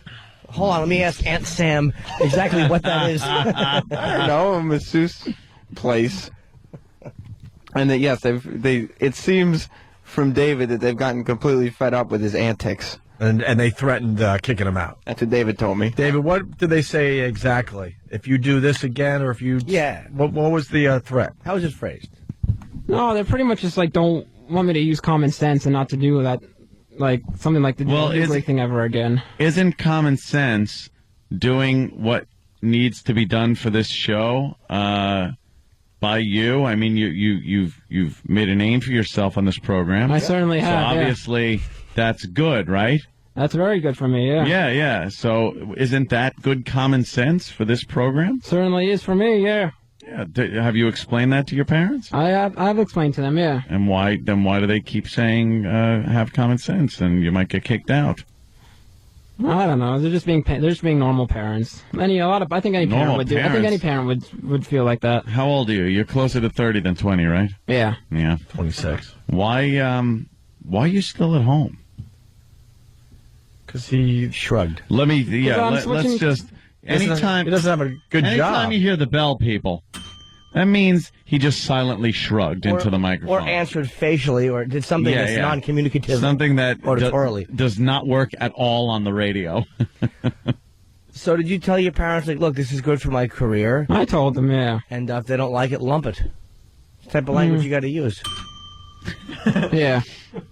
They were excited when I told them that I started out on Friday as being a producer for like a half hour, 45 minutes. Oh, they were excited because Stunty was out. Yeah, I was the new stunt brain I was supposed to be the new stunt brain for the entire CBS show. But it lasted a half hour? A half hour to 45 minutes until the bit occurred when you sprayed me. Yeah. It's funny. Don't try to Jew him down, Opie. It was. Yeah, that was a. Yeah, that's a bigger laugh on that. All right. That's the warm-up half hour. Yeah, until you don't actually need anybody for that first half hour.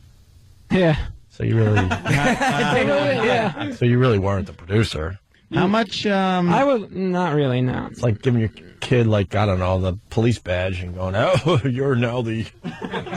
Do you make? You're enough, the sheriff. You make enough to get your own place? Nah. Of course not. No, one day.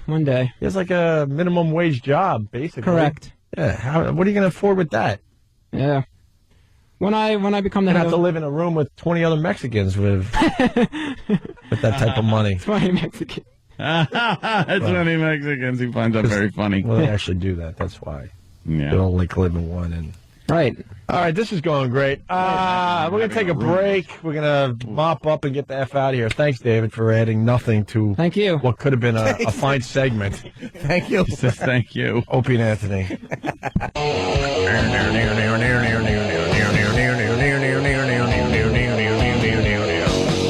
All right, we're heading out of here.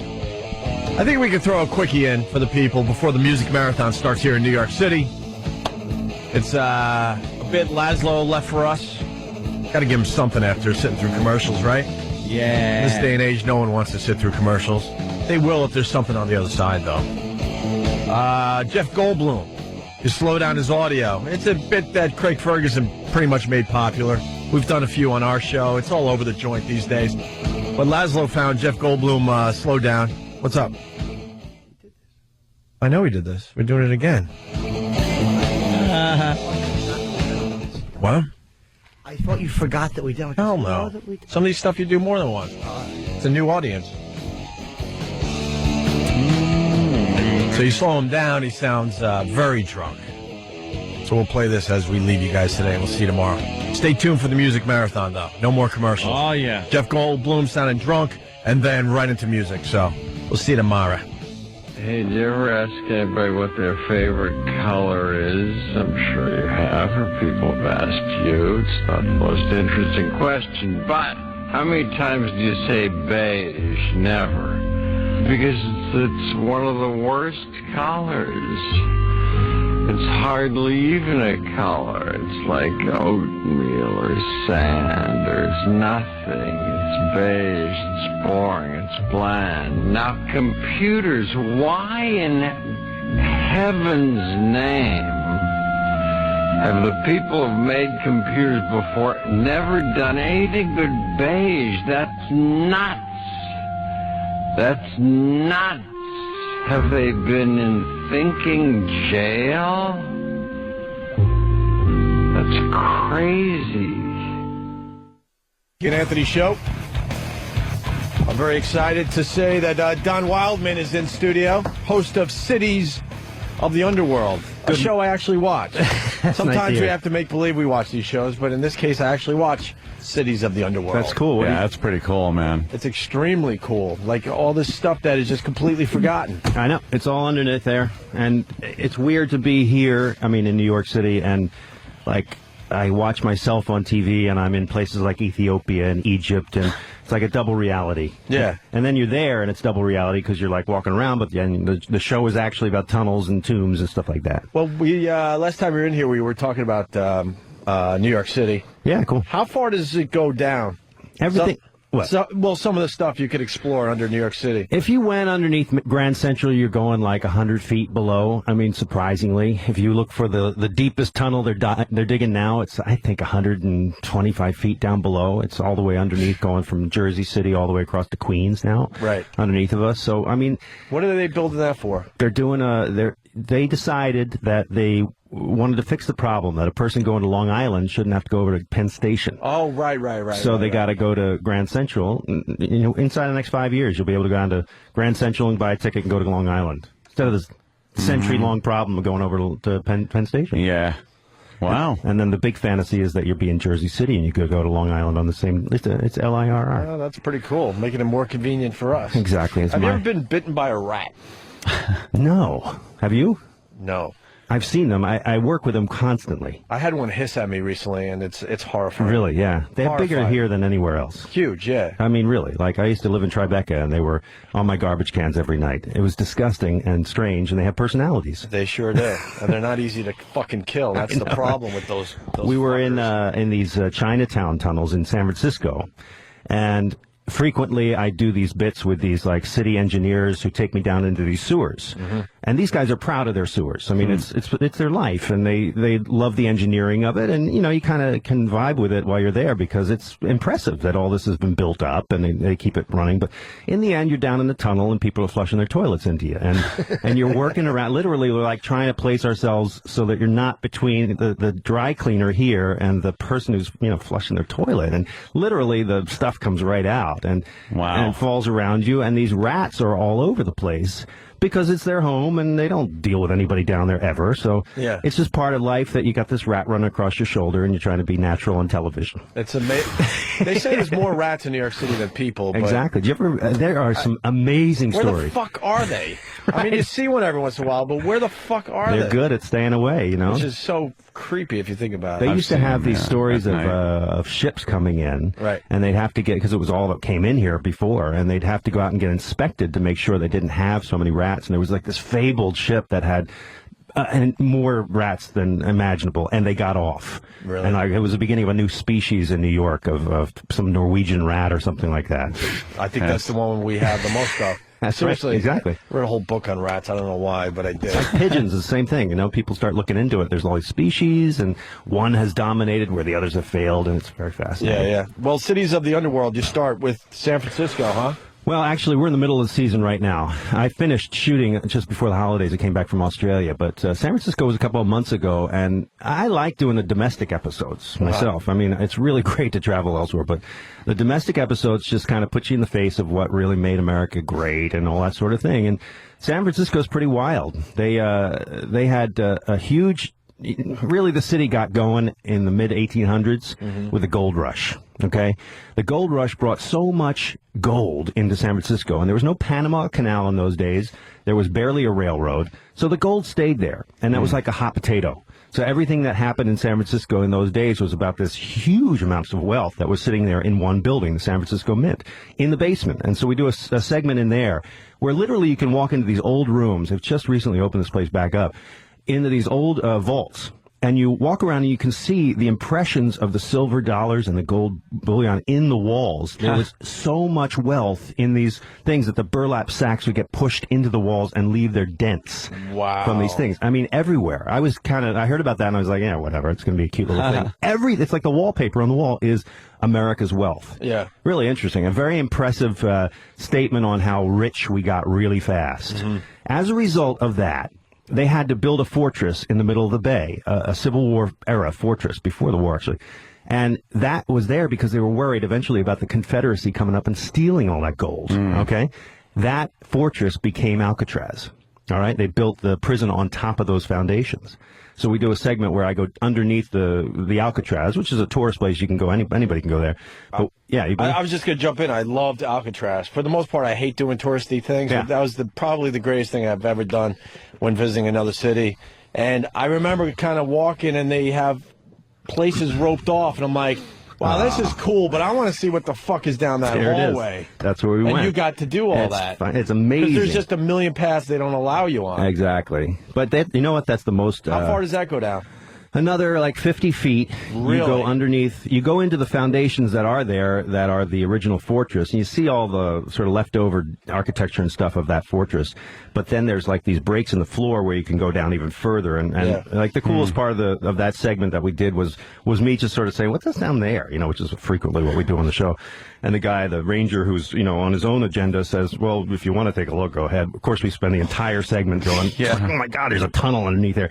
So it's literally as wide as my shoulders, and we just squeeze through. And this little drainage tunnel, which was from the 1800s, had been running underneath of Alcatraz for the entire time, and you can literally drop off the end and into the San Francisco Bay. So, I mean, it was like the perfect escape from Alcatraz idea. I saw that. I saw the episode, and there's one moment where it's a very claustrophobic feeling, and you're in this teeny tunnel. Yeah. But then you kind of came to a manhole cover. Right. It was where was that? Because you didn't go up into it. Where was the manhole? Where would that have opened up? That was at the end of the tunnel, and that is a shaft that goes down. That was outside the prison. A shaft that goes down to like it's sort of you fall down into a hole, and that hole goes off into the bay. So people could have escaped. Exactly. So that was the suspicion, and it kind of made for a fun kind of fantasy thing. Yeah, that we went sure. through. But there's kind of, and then you get into the 60s of San Francisco, and actually the 70s in this case. There was a group called the Suicide Club. Have you ever heard of this club? I heard about it, but I never knew what they were. Is it? No. Yeah, they were like I had a joke, but I wasn't going to go with it. It was a bad one. Yeah, it was like that documentary about the bridge. Do you see that? Yeah. Ugh, spooky. We had the guy in, and then we had the guy that survived. Really? That jumped and survived. Oh my God! Does he joke about it or anything? I mean, he was a bit lighthearted. Wow. Sure, a little bit. It's awesome. But that documentary was insane. I know. Setting up the cameras for a year, 18 months, something like that, Yeah. and just capturing many, many people killing themselves. Exactly. The moment seeing little dots in the background. That's another person ending their life. Yeah, you just, like the big grand macro shot of the bridge, and you see this little splash at the bottom of it. Yep. Like And no one knows. For the most part, no one knows. Cars are still driving. People are still biking. Creepier watching the tight shot on it. Yeah. You see the guys kind of looking around, and then they just sit there and ponder it for a few seconds, and then just go, what the hell? Topple right in. So weird. So you never see like that on film. Somebody deciding when their life should end. That moment. Bizarre. Yeah, I'm not sure if I liked the documentary. I know, exactly. It was ethically a little strange. exploitive, I think. Which is okay by me. I don't really care, but it was just... whatever's happening out there, film it, what the document it, who cares? Yeah. Well, you're saying the Suicide Club is a little more upbeat than that. It was a group of people who used the term loosely and tongue-in-cheek because they actually wanted to face death in order to live life as high as you could. So these guys, like 1976 or so, a bunch of 20-year-old guys decided that they would do things like manacle themselves together and go into a storm waves, and prove that they would live through it and therefore live, as well as they could. So these guys are still around, and they're writing books about it and stuff because they were fabled within that world out there. And so one of these guys, a guy named John Law, who's just a terrific guy, blindfolded us because they know these places that nobody else knows in San Francisco and elsewhere. I mean, one of his favorite places to go is Detroit. They're urban explorers, and so they their claim to fame and their point of pride is that they know where to go that nobody else does, and they literally have covered up entrances and disguised them, and only a select group of people are allowed to know where they are. Very cool. They're very serious about it. I mean, to the point of come on, we're just doing a TV show here, come on. But they wouldn't let us know, and they made us. We had to give them our cameras, blindfold us, not kidnap us, but put us in the back of a van, drive us to this unknown location, undisclosed, and then lead us out. So we decided to film the whole thing. So that's on in the show. And they take us, and they only let us take the blindfolds off when they had gotten us down into it. And what it turned out to be was this huge, mega defensive fortification that was built either in World War I, World War II, or the Cold War. Sort of, you couldn't tell because it had been stripped out of all the metal, and it was just tunnels. But it was really a cool experience, and sort of gave you this glimpse as to what makes San Francisco kind of cool, what made America kind of cool. It was really neat. I loved it. I just find it really interesting that there's so much shit under there. Yeah. Under the whole country. Mm-hmm. Things that people just will never know about. Never think about. Just keep. And then you pop it on your building. show, and you look and go, "What? That's I under know, there." exactly. Are you going to run out of places to visit, you think? We went and through a whole list. I think one more season is about Ooh. as much as you could do. That sucks for you. I know. That We got sucks for but you. what if I go above ground too? Right. You know? Yeah, you and then start don't go thinking, down "Ah." anymore. That'd be great, huh? My favorite episode was the Portland one. Really? Yeah, I think we talked about it last time, but. White slavery always sells. Well, it was to get the guys to, bootleg and stuff, right? Go to China because no one wanted that gig because you had to be, gone for 2 years. Excuse me, 2 years or We something? went around. I think it's 3. The average global sale was like 3 years 3 years long. And So what they did in Portland, you're in these gin mills getting hammered, and next thing you know, the floor drops. Yeah. Drops you below. There was a whole like a holding cell down there. Yeah. And then they put you on a boat, and when you sobered up, it was too late. You were on your way to China. It's What the were we going to ultimate- do? Jump, Yeah. jump overboard? date rape taken to the nth degree, Yeah. right? Because no one wanted to sign up for this, so they figured out, well, this is too valuable for us. What were they getting? Like, Shanghai. They get Shanghai. It was called. No, Yeah. but what were we getting? Gold and stuff? I forgot. What From what China. Were we bringing back?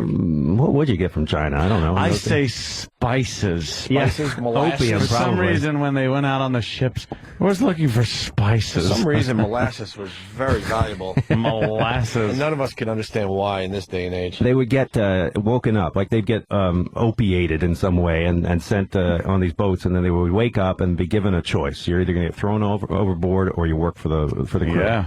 Right. Which worked, and so these guys would stay with it, and off we went. Where else? Yeah. Where else you going this Well, year? we just finished. I literally went twice around the globe in both directions on this season. So I came home just recently before the holidays from Australia. We did Sydney there, which was actually. What'd you find in Sydney? First of all, a cool city. I wasn't Everyone that. says so. I wasn't that turned on by it. About going and the Olympics. Enough about Sydney.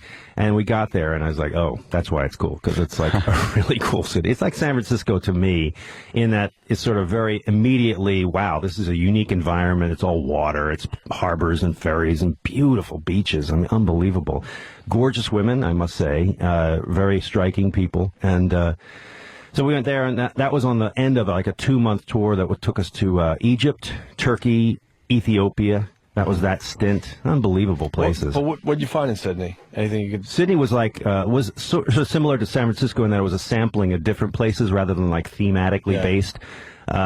We studied how they dealt with World War II kind of in tandem to the fact that it was a penal colony in the back in the day. 'Cause Australia is like a completely unique environment, society, because they were invented as a penal colony by the British Empire, and it was this kind of weird social engineering thing that went on where the Brits had this brilliant idea. Let's populate this far-flung place in the South Pacific because it's probably going to be strategically important someday, and we'll do it by sending like the gnarliest criminals and the ones who know trades, so that they're going to be stuck down there, and then they'll get out of their prison sentence and they'll decide to stay there. And so generations of this happened from like the early 1800s onward, and by the time it got to the 1900s, there were like lots of people there who were good at what they did and had been criminals and or sons of or whatever, and they had a population. So it was this fascinating thing. So we studied the penal colony, which is actually on an island in the middle of their Alcatraz, in the middle of their harbor called Cockatoo Island.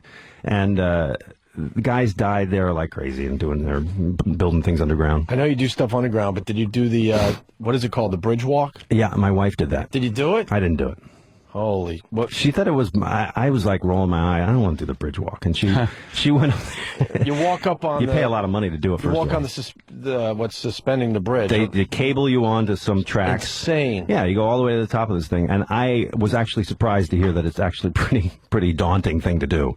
You should have done it. I should have done it. I was Your working. wife showed you up. It's a beautiful. You're probably scared of heights, hence the. That's right. Underground. Underground. Are you thing. kidding? What about Look, I brought you some Vietnam? pictures. I did Vietnam in the second season. Yeah. And the Vietnam show was amazing. Yeah, because Coochie obviously tunnels. they know a lot. There's been myths and legend about the tunnels and the tunnel rats. And the Viet Cong won the war underground in many ways, because they had these amazing tunnel systems that were massive and extensive, and they reached all the way down from central Vietnam into southern. So they could basically, in a day's walk, come out of the end of their tunnel systems and be in Saigon. You know, it was like really close to Do their everything. damage, get back in. Exactly. And they were designed specifically, they were dug very carefully so the tank tracks would not run over them in such a way. They show that on the show. It's really fascinating how smart they were about it. You know, you think of tunnels as being like, I don't know, just dig some. People really engineer these things. And whole towns would live underground too. Exactly. That didn't want to be part of the war, but wanted to be out of the way. Like, fuck this. We're going to live underground until they figure out what the hell's going on. There's something called the Vinh Mac tunnels, which are in actually northern Vietnam, right above the DMZ, and this whole village of, I don't know what it was, like 700 or something like that. This whole village went underground for 7 years. 7 years. And Hospitals, schools, everything. They had 17 babies were born underground. I met one of these guys, and they had a film theater. I mean, it wasn't luxurious by any means, but these spaces were large enough to house people in. Everybody had their own little cave underground. You kind of can't wrap yourself around it until you see these things. And that's what I do. That's what I like about the show is I was genuinely, like you, very interested, but completely in the dark, no pun intended, about what was down there. Like, how does that work? And you go down and you're like, it works really, really well. Like, why aren't we all living underground? You just showed me some pictures of Egypt. Now, what did you find in Egypt? Did you get to go into some of the tombs? Oh, yeah. We went into the oldest pyramid. That's right there, the Step Pyramid. Right. They gave us really good access. First of all, Egypt has like 95% of Egypt is unexcavated, which was shocking to me. When you consider how famous King Tut is and all this, you know, this is a big place for archaeology. They still haven't done the lion's share of stuff there, and they'll tell you that. That being said, there's a lot there, so there's a lot that's been found. Most recently, about 3 hours south of Cairo, there's a place called the Valley of the Golden Mummies. And it just sounds like a movie title, right? No kidding. But it's true. I mean, you'll see in there's these wide... All right, so it's just desert. There's nothing there. You drive out, and you're literally it's called the Bahariya Oasis, so it's beautiful in one part, but over here, it's just nothing but desert. And you're standing there saying, what the hell? And they point at these, like, 7 little structures that are in the midst of this huge vastness. And they're put up, like, a few years ago because it wasn't, like, more than 7 years ago that a donkey's hoof went through the ground. Somebody was walking across this desert. Donkey's hoof went underground. They were like, oops, there's something underneath there. So Zahi Hawass, who's the Dr. Zahi Hawass, if you look at CNN and there's a pyramid segment or something about Egypt. They always get him. This man is always on. He's like the Indiana Jones of Egypt, and he's a 5-star general. The guy scares the hell out of you. And so he actually took me on this tour because it's his personal cause to see this place excavated. The thing about it is, there's only 37 mummies that have been found underneath these 5 or 7 structures. I can't remember what. That's of 10,000. Literally predicted to be 10,000 mummies are under this sort of mile square area, I guess. And the reason was fascinating because in a later period, like in 300 BC, which is actually New Egypt versus that which we hear mostly about the thousands of years old, around that time, people had gotten kind of the middle class had rose up. You know, they had some money. And so being a mummy, being mummified when you were dead was sort of a hip thing to do. The pharaohs did it, you know, for them thousands of years at the time ago. And so normal people, merchants and so forth, would get mummified and put down underneath the ground with their riches and all that stuff that we've heard about from the Tut stuff. So it was like every man's version of being a king and being sent to the afterlife. And so this place was a wine merchant place, lots of wine there, or some kind of like a fortified wine or something. And so they had a lot of money. And so a lot of people did this over generations, 10,000 people underneath there. So they're going to leave most of the tombs unexcavated, filled with sand. They don't even go in and get them just because that's the best way to preserve them. But they opened up these 7 of them, and it's phenomenal. You go down. Nobody can do this, by the way. It's like you got to be with Zahi Hawass to do this. We crawl down into this thing, and these mummies are there all lined up, and they have these golden masks on, literally gold leaf masks, and they're like falling apart in many ways, but their chest plates are still there, and it's like going to a museum, but you're not in a museum. You know, you're where it is. Yeah, that's where they did it. Yeah, that's you know, very, very special feeling. You know, honored to be here with you, and let alone, you know, he's firsthand. He's the guy that actually dug this thing up. Right. It's really, really cool. Awesome. So that's just one thing. We go into the Step Pyramid, equivalent experience of the oldest structure. That's what's right there. Yeah. There's 197 pyramids in Egypt. I throw that number out. It's months ago in my head. It might be wrong, but it's something like that. where everybody thinks there's the three big ones. No, there's like hundreds of them, and they're in various states of disarray and preservation. Some of them just look like mounds on the ground. But every one of them has some sort of underground underneath of it. So they excavate them as they go. But that's what they say. Is Egypt safe to go to these days? Yeah, I mean... There was a time after 9/11 that was just not a place you wanted to be. The big thing that was there was that shooting at I think it was Luxor or something like some other place other than Cairo. Those guys came out and shot 58 people, 58 tourists, Right. just machine gun them. And so you think about it all the time. They give you a security guy while you're there. And these guys are phenomenal. They never talk to you. You know, they're 6 feet tall and in a dark suit. Nobody wears a dark Western suit in Cairo. So if you see one of these guys, he's a security guy, and everybody knows it because strapped on his back is an Uzi, and they're like serious. So I happened to be with one of these guys. He was always in our van, whenever we went anywhere. You never got introduced to him. And I'm walking, trying to get to the Nile. Our hotel was right next to the Nile, but you had to go across. It was like FDR, like some big highway between it. And lots of traffic. And I said to the guy in broken, whatever, can I get over there? And he says, and he walks literally without hesitation, walks out into the middle of FDR Drive, the equivalent of, and all traffic stops because they knew it's a dark suit. He's got a new... So we should just go there and wear dark suits? Exactly, yeah. Except we're white people. They would not... Let's just think we're dumb American. That's the problem. Yeah. But I have to say, we did Egypt, we did Turkey, we do these places that are... Places that people always ask me, are they safe and stuff? And, I guess if you went alone, you'd be feeling... I went to Istanbul fantastic, years ago. Amazing. Blew your mind. What'd you see there? Oh, we did the whole thing. We did Turkey all the way down the coast and stuff. Did you do Greece, too? No, we didn't do Greece. What's cool about Athens, you go in a brand new hotel, and they have an escalator that goes down. Yeah. Let's say to whatever's down there, I forgot, a restaurant or what have you. All of a sudden there's plexiglass and ruins right on the other side of the plexiglass. Right. The thing that people forget, most people don't know, is that... they build around it and make it part of, modern Athens. It was a lot easier to bury things under the ground and build on top of them before there was the Industrial Revolution, before there were machines to take stuff away, trucks and stuff.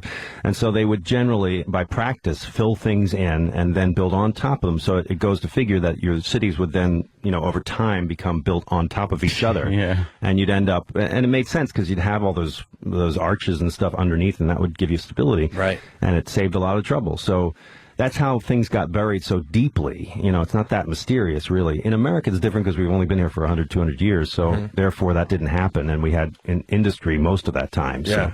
So it's different when you go to an Athens or an Istanbul. There's a tremendous amount under Istanbul, like cisterns from, like the Byzantines and stuff, and there are thousands of years of excavation right in the middle of town. In fact, they've been digging a new subway line forever, and last 5 years or so, and they keep having trouble because they keep running into yet another, first time only. We found the wreck that was part of when the Golden Horn went further up than we thought it did, and they have to stop all construction, start all over, and excavate it first and move the thing in a different direction. Wow. Amazing. I hate to say this because I wasn't sure if it's your show or not. I was watching something.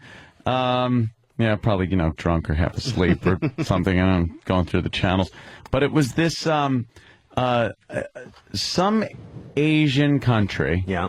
And it was this giant room underground that they used for flood control. Yeah, that was me. That was you. That was okay. G-Cans in Japan. Yeah. That was unbelievable. Amazing that could even be done. Right. Well, that's the different aspect of the show. We do engineering and things, too. But Tokyo had a huge flooding problem. About 5 or 7 rivers coming into Tokyo. So given any storm problem, all those rivers would flood. And they had huge floods in the past. And so they decided just to fix the problem, as Japanese people will do. And they built this system, which is called G-Cans. For what reason, I don't know, but it's the largest underground reservoir in the world, man-made reservoir. And it's basically 2 soccer fields dug up and then recovered. So that's the size of its space-wise. How far down does it go again? About 100 feet down. Yeah. and huge pillars. Yeah. It's so deep, and it's wet and everything else. So it's its own like microclimate. You walk in there, it has clouds, and it's its own little world underground. Yeah, there was a mist exactly. through the whole area, and the columns were giant. Yeah, the it was support columns for I guess the soccer fields. They used that for a lot of on top. commercials. They used it. They just shot a Really? Land Rover commercial because it was like unbelievable to drive this car weaving through all those pillars through there. It's insane the amount of water that can be held down there and moved. They had four Mitsubishi jet engines driving the turbines that would move. It's just untold amounts of water. Yeah, how quickly they can move a hell of a lot of water. Yeah. I stopped right on that. It was just like, okay, that's amazing. It's my biggest criticism with our show is that most of what we do could be focused on for a whole documentary. Like our segments need to be an hour long. Yeah. They go by way too fast. Yeah, it's like no, take some more time. Exactly. Hey, unfortunately, I didn't see this one, but the whorehouse is underground in Rome. Or is that coming up in a... It's in Naples. It's coming up on... Yeah, we did Rome. It's coming up, okay. Yeah, we did the Gladiator Undergrounds.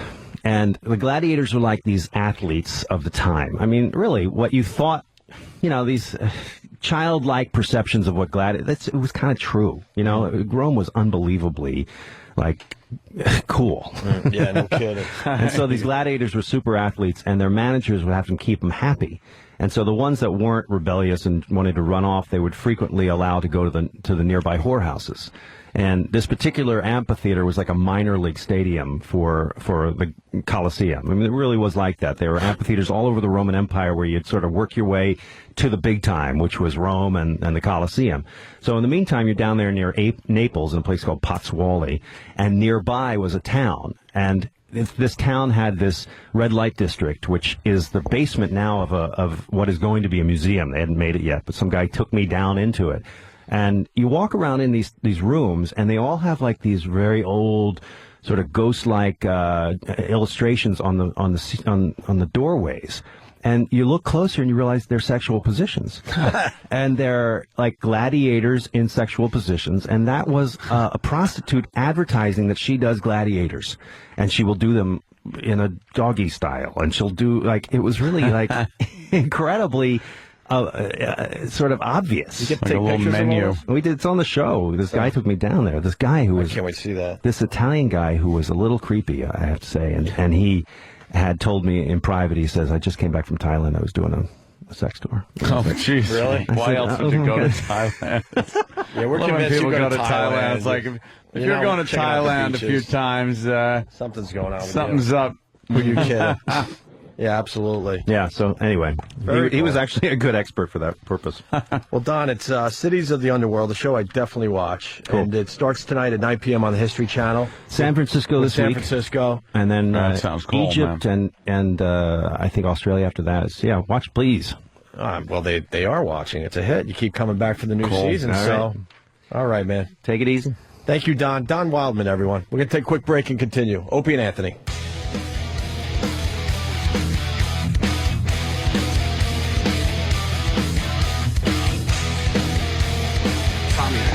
Yeah, oh, absolutely, yeah. Opie and Anthony. We haven't even really discussed what happened on Friday's show. Oh, of course, the boss is not really letting us off the hook, just keeping us all wondering all weekend long. I wrote one email and I got back, yeah, everything's okay for now, whatever the fuck that means, but, Earl took a header. The fainting goat, as Ronnie likes to call him. Earl allegedly took a header. I'm not buying anything that he said that day. Sorry. I'm just not.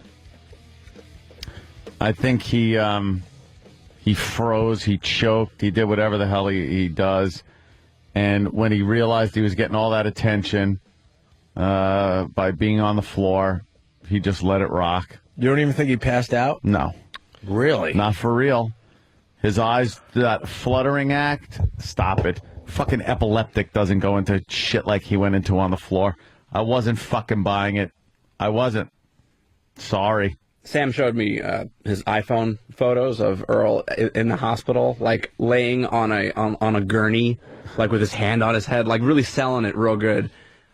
if anything, he hit his head. Yeah, if anything, he hit his head.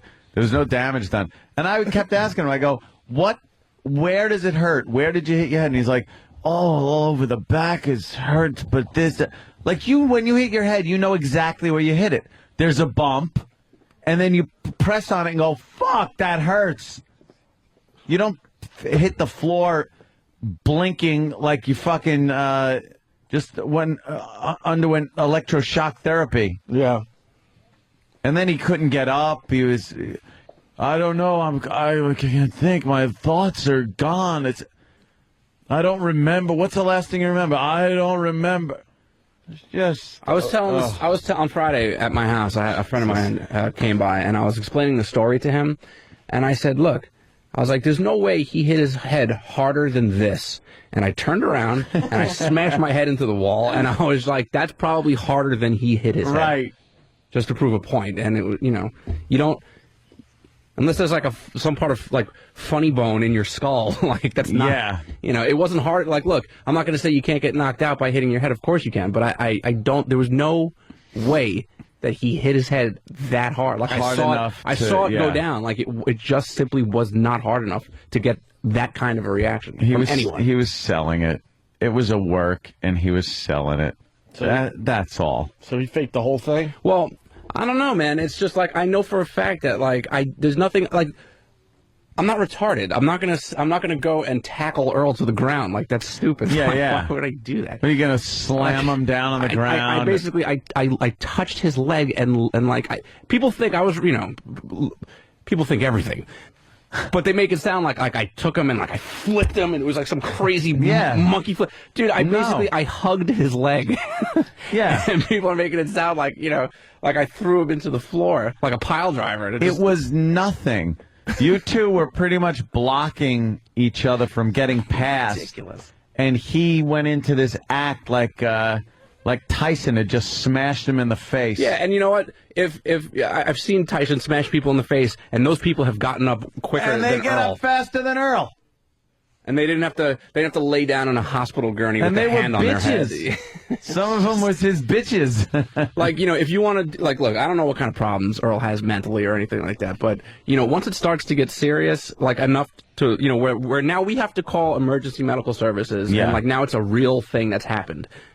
Like, just cut the shit and just be like, all right, I'm all right. No, I'm cool. I'm fine. I'm all right. Well, Ronnie said that it happened so many times. He goes, he doesn't know how many times they've called the ambulance because he's just passed out because he smelled Febreze. But does he pass out? Who knows if it's the truth or not? I saw him pass out one day because, like, Ron was... Was he faking the passing out? I think, I'm trying to figure all this out. Because Ron was yelling at him, and then all of a sudden I hear, Earl, and then I poked my head out, and he was just lying. He passed out because he was being yelled at. But why would you do that to yourself? They call him the fainting goat. You ever see the fainting goats on YouTube? So he can't handle pressure, and then he passes out? Like, I'm trying to, like, see through this. Like, I would never...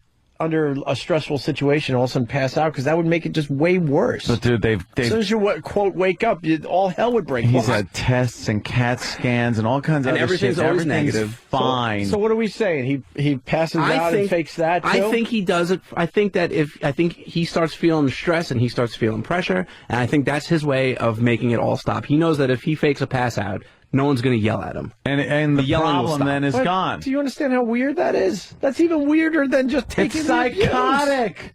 With the way he was acting in the hospital, because he was there the whole time and he was selling it, but he admitted once we got to the hospital, because he had an oxygen mask on the whole way to the hospital. Yeah. So he was taking oxygen, and then when we got there, he said his head didn't hurt anymore.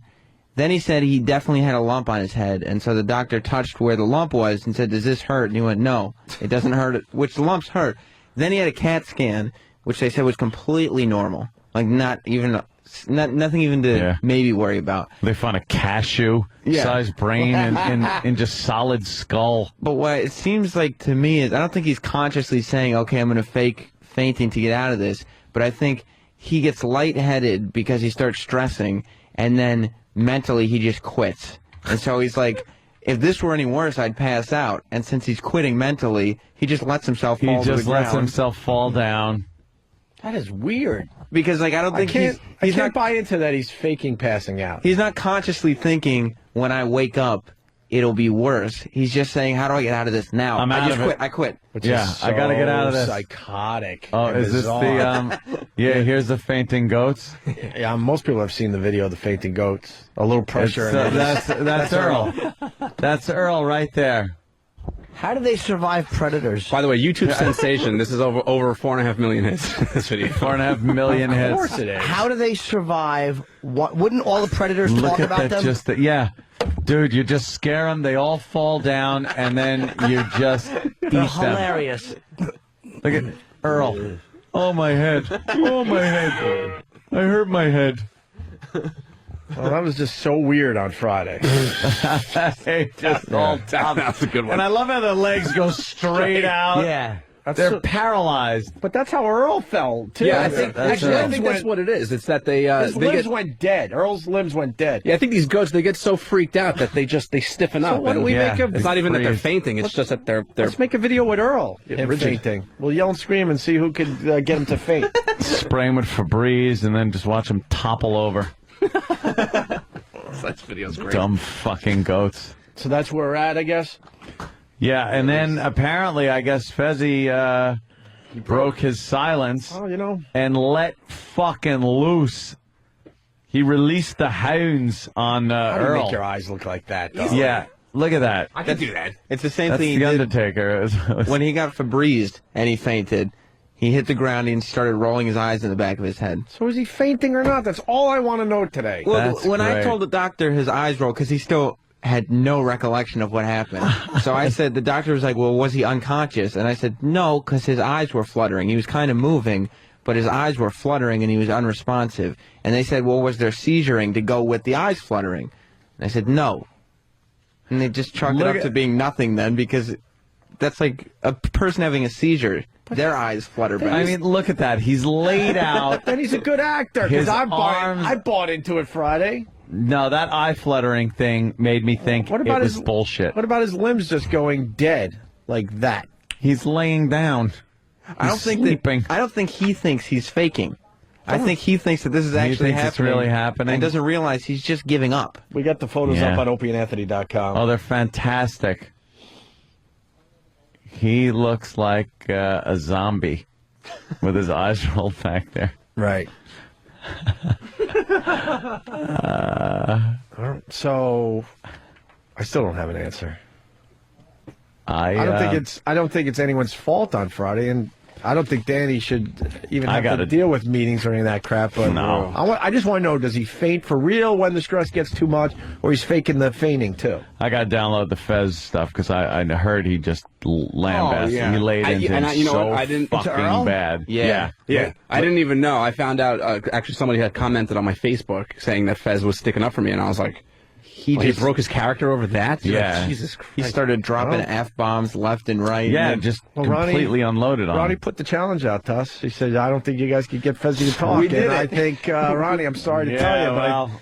I think we were the ones, the catalyst to break up Yeah. Fezzi's bit before it really started. So he was mad at Earl for Well, playing. because Earl was playing it to the point where he was going to go talk to the bosses. They want to sit down and talk to him, and Fezzi was paranoid. Like the bosses don't know Earl, and Earl's going to No. blow up everyone's fucking spot. Well, that was the whole thing. So Fezzi's like, fuck. I heard the whole thing. Fezzi's like, fuck this. I can't let this fucking happen. It's going to take us all down because Earl is being Earl. That's the whole thing. Earl is so fucking dumb. He doesn't realize we're under new management here. This isn't fucking, Elo isn't going to come in and go, oh, what happened with Earl? The fucking idiots did this or that. It's some guy who has no fucking clue that Earl does this. Yeah, I thinks that there was a big fight between the two shows. Doesn't have any idea of what the history of the two shows are. Thinks that, Danny and Earl are duking it out in here, and he fucking, body slammed them. Like, Danny fucking gave him a tombstone on the floor. And Earl is so dumb, he doesn't fucking realize, these are new bosses. They don't understand this shit yet. Right. And we're the bastard stepchildren anyway. Well, they better get fucking Earl a helmet for today's show. I wouldn't even allow him in this building without some kind of hockey helmet on. I would say, Earl, Roman War helmet. You want to continue working here, you have to wear the helmet all the time. Like it should be where Poe is, and Earl checks into work. Here's your helmet. You know, I think we have a hard hat in the on the office. Oh, Maybe yeah, I'll dig it up. absolutely. Why didn't he faint when he got fucking jerked off? Yeah, it's a little nerve-wracking, a little excitement. He didn't faint then. Yeah. Any conflict, controversy, anything he's embroiled in, he fucking just faints out of it. You make a great soldier. I was confused by the whole thing on Friday. I'm not going to lie to you. I'm like, that's either he either passed out or he's a damn good actor. What the fuck is he doing in radio? I say he's got to wear the act that Kevlar. well? I say he's got to wear the Kevlar. Yeah, absolutely. Yeah. Yeah, just that's heavier. Yeah, Earl's got to wear that at all times now. Jim Norton. Look at Jim. Yes. Wow, Soldier Jim. Let's say hi to Brian in Indiana. I don't want to march, Sarge. My hat is heavy. Holy shit. It's a heavy hat. Brian, what's going on? Hey, good morning, boys. Morning. I think Earl, if you put all the Rocky movies together, I think Earl holds the record over how many times Rocky Balboa hit the canvas. You know something? That line wasn't funny when you did it on Ron and Fez. And even Ronnie said it. Wow. Well, I tried. Wow, why are you trying on two different shows? You're crazy. That is crazy. Let's go to Arizona. Mindy. Hey, listen, if you listen to the replay, right after Earl fell, kind of off mic, he says he's fine like 3 times, and then a minute later he can't even talk. Yeah, then he couldn't even talk. Well, He's like, I'm fine, and then he's like fluttering, and he does this all the time. This is bullshit. It was a must listen on Friday, that's for sure. Wow. I listened to the replay like 3 times on Friday. I couldn't get enough of this damn channel. And usually I just escape this whole radio thing after the show's over. Dude, I did not fucking believe him for a second. Not for one fucking second did I believe that he was in any kind of medical fucking problem. I think that's why I was so like pissed about the whole thing. Yeah. I'm looking around and I'm like, are you guys buying this? Like, it's like because I've seen it happen a bunch of times. That's why I was interrogating him, trying to get him to fucking say, where does it hurt on your head? What happened? Where exactly did you fall? What do you remember? And all of his answers were bullshit. Right. Fucking a vegetable in a coma could give me more. Okay. Yeah. Is corporate done with us as far as this goes? Are we moving on? I would like the all clear fucking sign. Yeah, it's fucking fine. Doug, Arkansas, how are you? I'm pretty good. Hey, I think if you add all the times Rocky hit the canvas, Earl holds the record.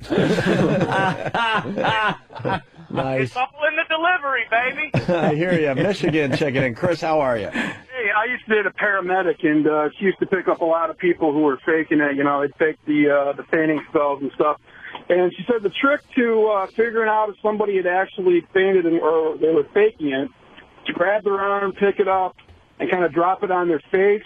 It kind of goes off to the side, then they're faking it. If they actually lands on their face and smacks them in the face, then they're probably Your out. conscious reaction is going to be to avoid hitting your face. Exactly. Yeah, that's a good idea. I should have pulled out my hog and dropped it on Earl's mouth and nose. Yeah, see if he fucking got up. I win either way. Oh. Psycho Bob, Baltimore, how are you? Good morning, boys. Hey. Hey, I think you need to change his name from Black Earl to Blackout Earl. Yeah, his new name is Blackout Earl. Very good, sir. Let's say hi to Matt in Virginia. Matt. Hey, Jimmy asked a question, how did those goats escape from predators? Well, they don't. They were bred to be attacked by predators, hence the name scapegoats to protect the valuable livestock. Wait, those were created by people? Yes, so that they get eaten and not like the valuable horses and cattle. But how did they breed how did they just say, let's make them fall asleep? Well, they just have one goat that does it, and it looks like something good, and then you just keep breeding that goat to get that trait. I don't know exactly how they did it, but they found that trait and started breeding them. How did they make the sleeping goats? The goats just fall asleep. I don't know. Let's go to Boston. Scott. Hello. Hey, Scott, how are you? What's up, boys? How you doing? Good. I think I was so annoyed on Friday because I didn't have a phone that I could call in. Earl, I didn't believe him for 1 second. This is his version of the race card, where maybe he did pass out at one point, but now anytime it benefits him or saves his ass or keeps him from getting in any kind of trouble, I think this is his kind of way of playing that card, where now he's safe, where you can't really touch him. Well, I'm sure Ron and Fez are going to have a hell of a show today as they dissect this whole thing further. Yeah, I just started getting into Ron and Fez, a couple of months ago, and I remember Earl from the old days back at the other show. Right. But he's just so incompetent. It's unbelievable. And I was screaming at my radio on Friday because I didn't have a phone. He was so full of shit. Right. But I don't know. Anyway, thanks, guys. Jimmy, love you. You're the best. Thank you. And I love your book. Thanks, buddy. All right. Be good. Let's go to Matt in Arizona. Matt. Hey, Oak, it's about time now that you'd give the official apology to Ron Bennington for even giving this guy a second chance with him. I apologized to Ronnie a few times, but when I was offering up Earl, I said, it wasn't like, rah, here's Earl, the savior of your radio show. It was like, I was like, what else you got going on, Ronnie? That's sort of how it was presented. I don't want it to be confused. It wasn't like, oh, my God, Earl has changed. Because we all knew Earl from NEW, you know, and nothing really changed there. I knew Earl was going to be out of work soon, and I'm like, well, I think I presented it as you could at least start with Earl. Yeah. I didn't know, 3-4 years later, he'd still be... Hold on to the guy. With the Earl thing. But, I do apologize to Ronnie once again. Let's say hi to Bill in Charleston. Bill? Hey, I just wanted to say that Danny had the line of the day Friday when Earl said he was going to go ape shit, and Danny offered him the bathroom key. Yeah, that was absolutely the line of the day. Yeah. That made me laugh all weekend. There was some foreshadowing, too, because what did I say? There's going to be a kill screen? A Donkey Kong kill screen? Oh, Donkey Kong kill screen coming up. And then who said, well, you got your Donkey Kong kill screen? Who was it? Dave's wife, right? Yeah, to be fair, it was Kate. I was thinking that very line, and I was just like, you know what? I'm just going to keep my mouth shut in case this is serious. Yeah. And then me joking about it probably digs my hole even bigger, so I'm just going to shut my dumb mouth. All right, let's say hi to Jay in Atlanta. Jay. Hey. Hey. Why? No, wait a minute. Earl passed out when he smelled Febreze, but he doesn't pass out when he smells liquid ass.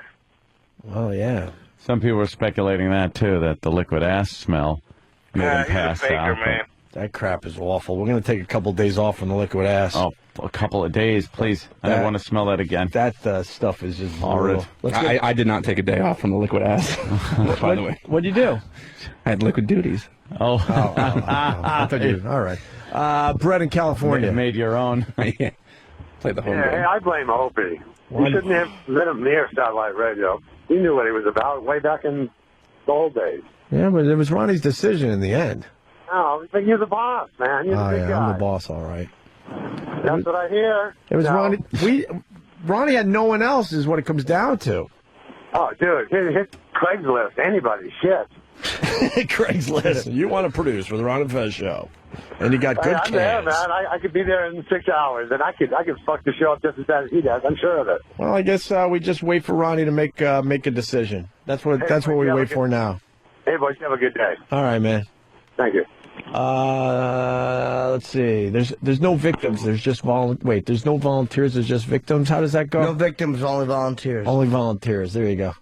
Let's say hi. They say that about people that are always in abusive relationships. Yeah. Right. You That know? they get themselves into that on... No victims, volunteers. Not even on purpose, but just some psychological fucking problem. It's like these chicks that just have the same douche boyfriend all the time. Yeah. Different face, different name, but same like either abusive or fucking selfish or whatever. It's like, hey, maybe it's you. Maybe you're searching these guys out. I think in most cases you don't want a better relationship. That's all you know and that's all you want. So you just you just do the same thing over and over and over again. Yeah, it's like there's something about, instead of leaving, they prefer the victim status, and yet they're showing up. It's like, just stop showing up, just leave. I have someone in my family I'm convinced they never want to be better or happy. Because that's too scary. I got no mercy That's to people too like that. scary. It's like, you know what? I got sober at a young age, so I've had to do a lot of shit for my. You know what? People that just want to stay sick, fuck them. Yeah. I got no fucking mercy for them. Who's that guy? Man in the Mirror, Opie?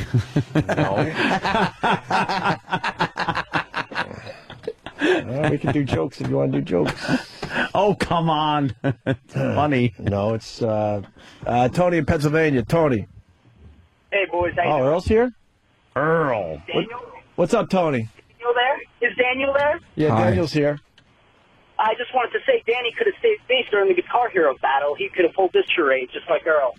I did. That's why I lost. Right in the middle of the song, I just passed out. That's the only reason why he beat me. The Xbox passed out. A lot of controversy over the ending of that.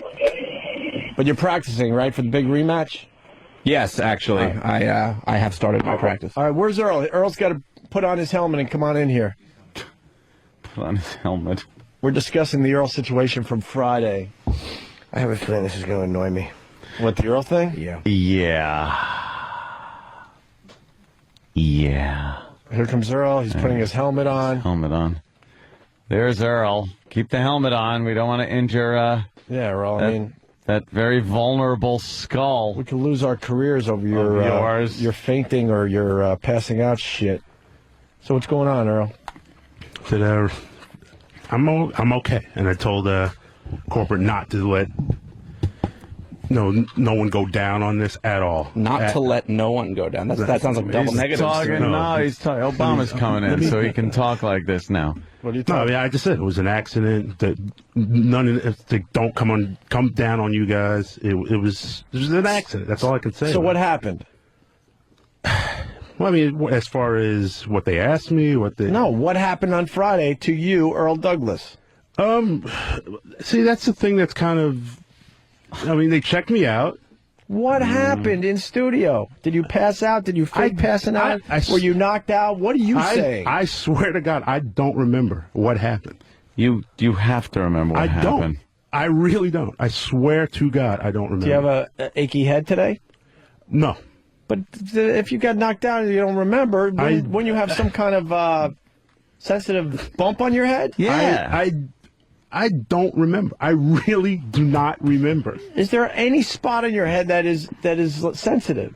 Sore? I mean, I had a little dent on the side of my head. How can you tell? We've all seen your dents all these years. Do you realize? I honestly, I swear to God, but do you realize something? You went to the hospital. They checked you out. You're talking amnesia. You're talking a head injury-induced amnesia, which would have shown up at the hospital. It didn't show up. So how do you not know what happened? I'm telling you guys, I swear to God. What do you remember? I remember talking to you.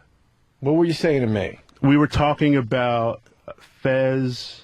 You know, that I'm here to basically protect Fez from anything that was happening. Yes. That and you're ready to beat me up over a dumb bet. You're like, I'll do whatever it takes to protect Fez. But outside, I'm a little squirt from liquid on the floor. You didn't protect Fez at all. I fucked his mouth and ass. And you loved it. I mean, I wish I could give you more guys, but I don't. You were remember. where E-Rock is, and you were showing your chest to me like, I'll do anything. And do you know, as you were like, quote, trying to protect Fez, fucking Sam was behind your back squirting the shit out of him with the liquid ass stuff, and he couldn't say anything because he was doing the I can't talk bit. That I didn't. I was looking at you. I was talking with you. And then Danny came around, and then you guys weren't even grappling. And next thing you know, you were out cold on the ground. It was like you don't remember any of this. Come on, I swear to God, I don't. Picture the worst wrestling match you've ever seen in your life. Yeah, right. And it wasn't even close to being that good. It's the primetime Sam Roberts match. So- That's when you said worst wrestling match I'd ever seen. It was that one. I mean, whatever it was an accident, and I'm sorry. But And Earl, you're going to get everyone fired. I don't. And I told those. I said psychologically, there's something going on with you. Do you pass out or not? I had a situation where I was kind of looking at videos over the weekend because there was such confusion after Friday's show, and Ronnie's like, no, he does the fainting goat thing. So I went on YouTube and I popped in, and there's a couple videos of you fainting. So are you actually fainting? And why? I had an issue of fainting. I had a CAT scan done on it. It was. And what did they say?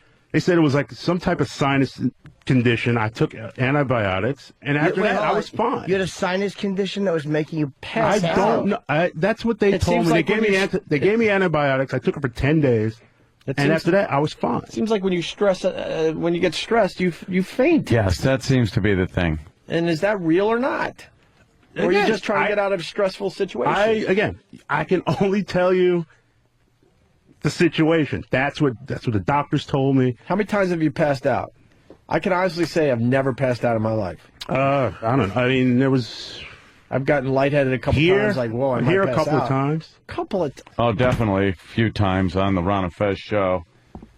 Why do you keep going to sleep, bro? Why do you keep making seepins? CPs. But again, I want to say I am sorry. I told corporate, don't come down on these guys. It was an accident, and Then what did you tell corporate? I told corporate said it was an accident. It was just what part of it was an accident? Again, it was like me, I guess, falling down. It was an accident. It was an accident. Do you and I'm think sorry. that? Do you think that I physically did anything to you, Earl, that would have caused you to hit your head? Do you think that do you feel that I implied force in any way? Danny, I don't want anything to happen to you. I get it, but I'm asking a question. That doesn't matter. If it's perceived that Danny did something, he could be in trouble. Exactly. That's the point I'm trying to make, though. And did you tell corporate that you don't remember anything? They said, I told them it wasn't. It was from this show. It was not their fault at all. What'd you tell them? That you don't remember, just like you told us? I said it was an. It was an If accident. I'm a It was corporate an guy accident. and you're coming to me going, I don't remember what happened, I'm like, holy shit, the boys knocked him out. That's what I would think as a corporate guy. I said it was an accident, and What was an please do accident? not come down on the guys at all. What I what really part mean was the that. accident? Because me falling was an accident. It was no worse than me. It would have been. It was no different, I guess, than me slipping and falling. I am so fucking confused. I just want to understand But this whole thing. Because, like, your acting was pretty damn good on Friday. So I'm thinking, I mean, acting. Earl, I'm getting a communique from a female police officer who I know, and she's not exactly on your side here. He looks like every black man in jail who fakes a pass out or seizure to avoid going to the county. Yeah. And then a minute later, she's yelling, please yell, you fucking faked it, you fucking coward. Yeah.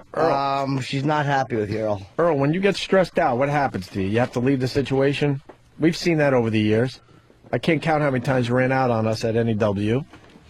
So is this the next stage of that, where now you just pass out to get out of the situation? Yeah, you used to just leave the situation. You'd be like, nope, you hang up and then disappear. We'd be Right. like, where's Earl? He's on a sticker stop. Right. He couldn't find it. And then he just decided to not answer the phone and not show up at the stop. And Yeah, and people are now more frustrated that you're not even giving any answers. You told corporate you don't remember on Friday. That's not good for us. What I said was, do not come down on the guys. Danny, you did nothing. How do you Absolutely know if you already told them I nothing. don't remember anything from Friday? Were you faking, Earl? No. From beginning to end. As far I just one thing I remember one thing, and then the next thing I'm on my back. Did you remember me kind of cupping your cock and balls while you laid there? No. Well, that did happen. With that But military... Danny, you didn't do anything, All right. and again, I'm sorry. I am terribly sorry for So everything. maybe you should resign to save everybody else's asses. Like whatever the ramifications are, if anything comes down, have it come down on me and nobody else. Well, I don't think you should get in trouble No for one falling down, even though you have a military helmet on, which would make you Sergeant Bilker. Yeah. Get it? Where's this bump on your head? There's one right here. I thought you said it was a dent. Yeah. What's that lump of shit on your shoulders? Wow.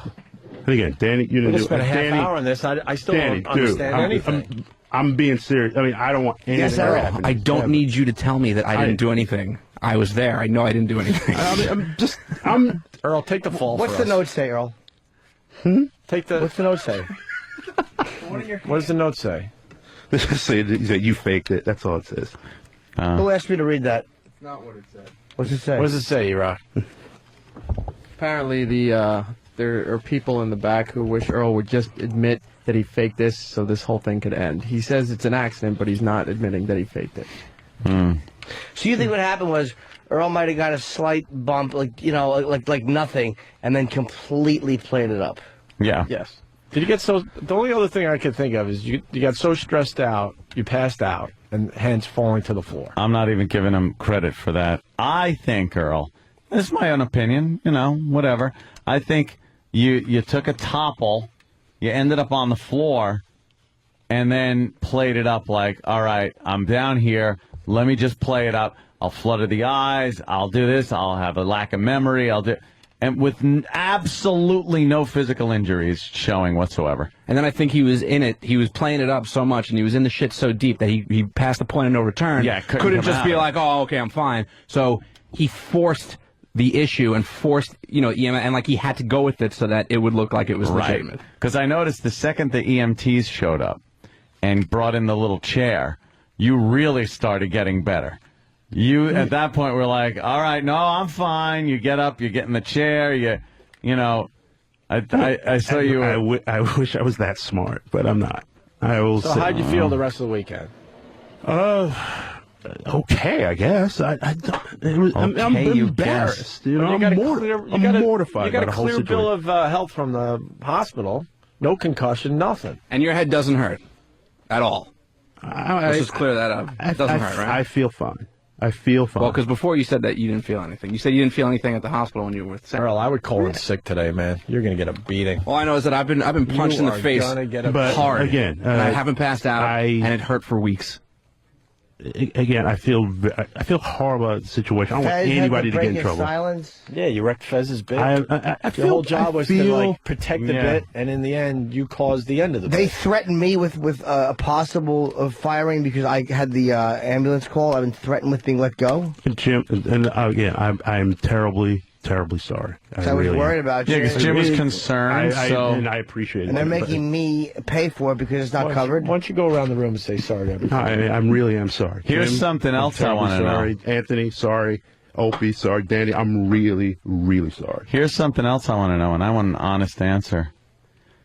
Was our boss listening to the show and heard the turmoil and came by, or did somebody call him and have him come by?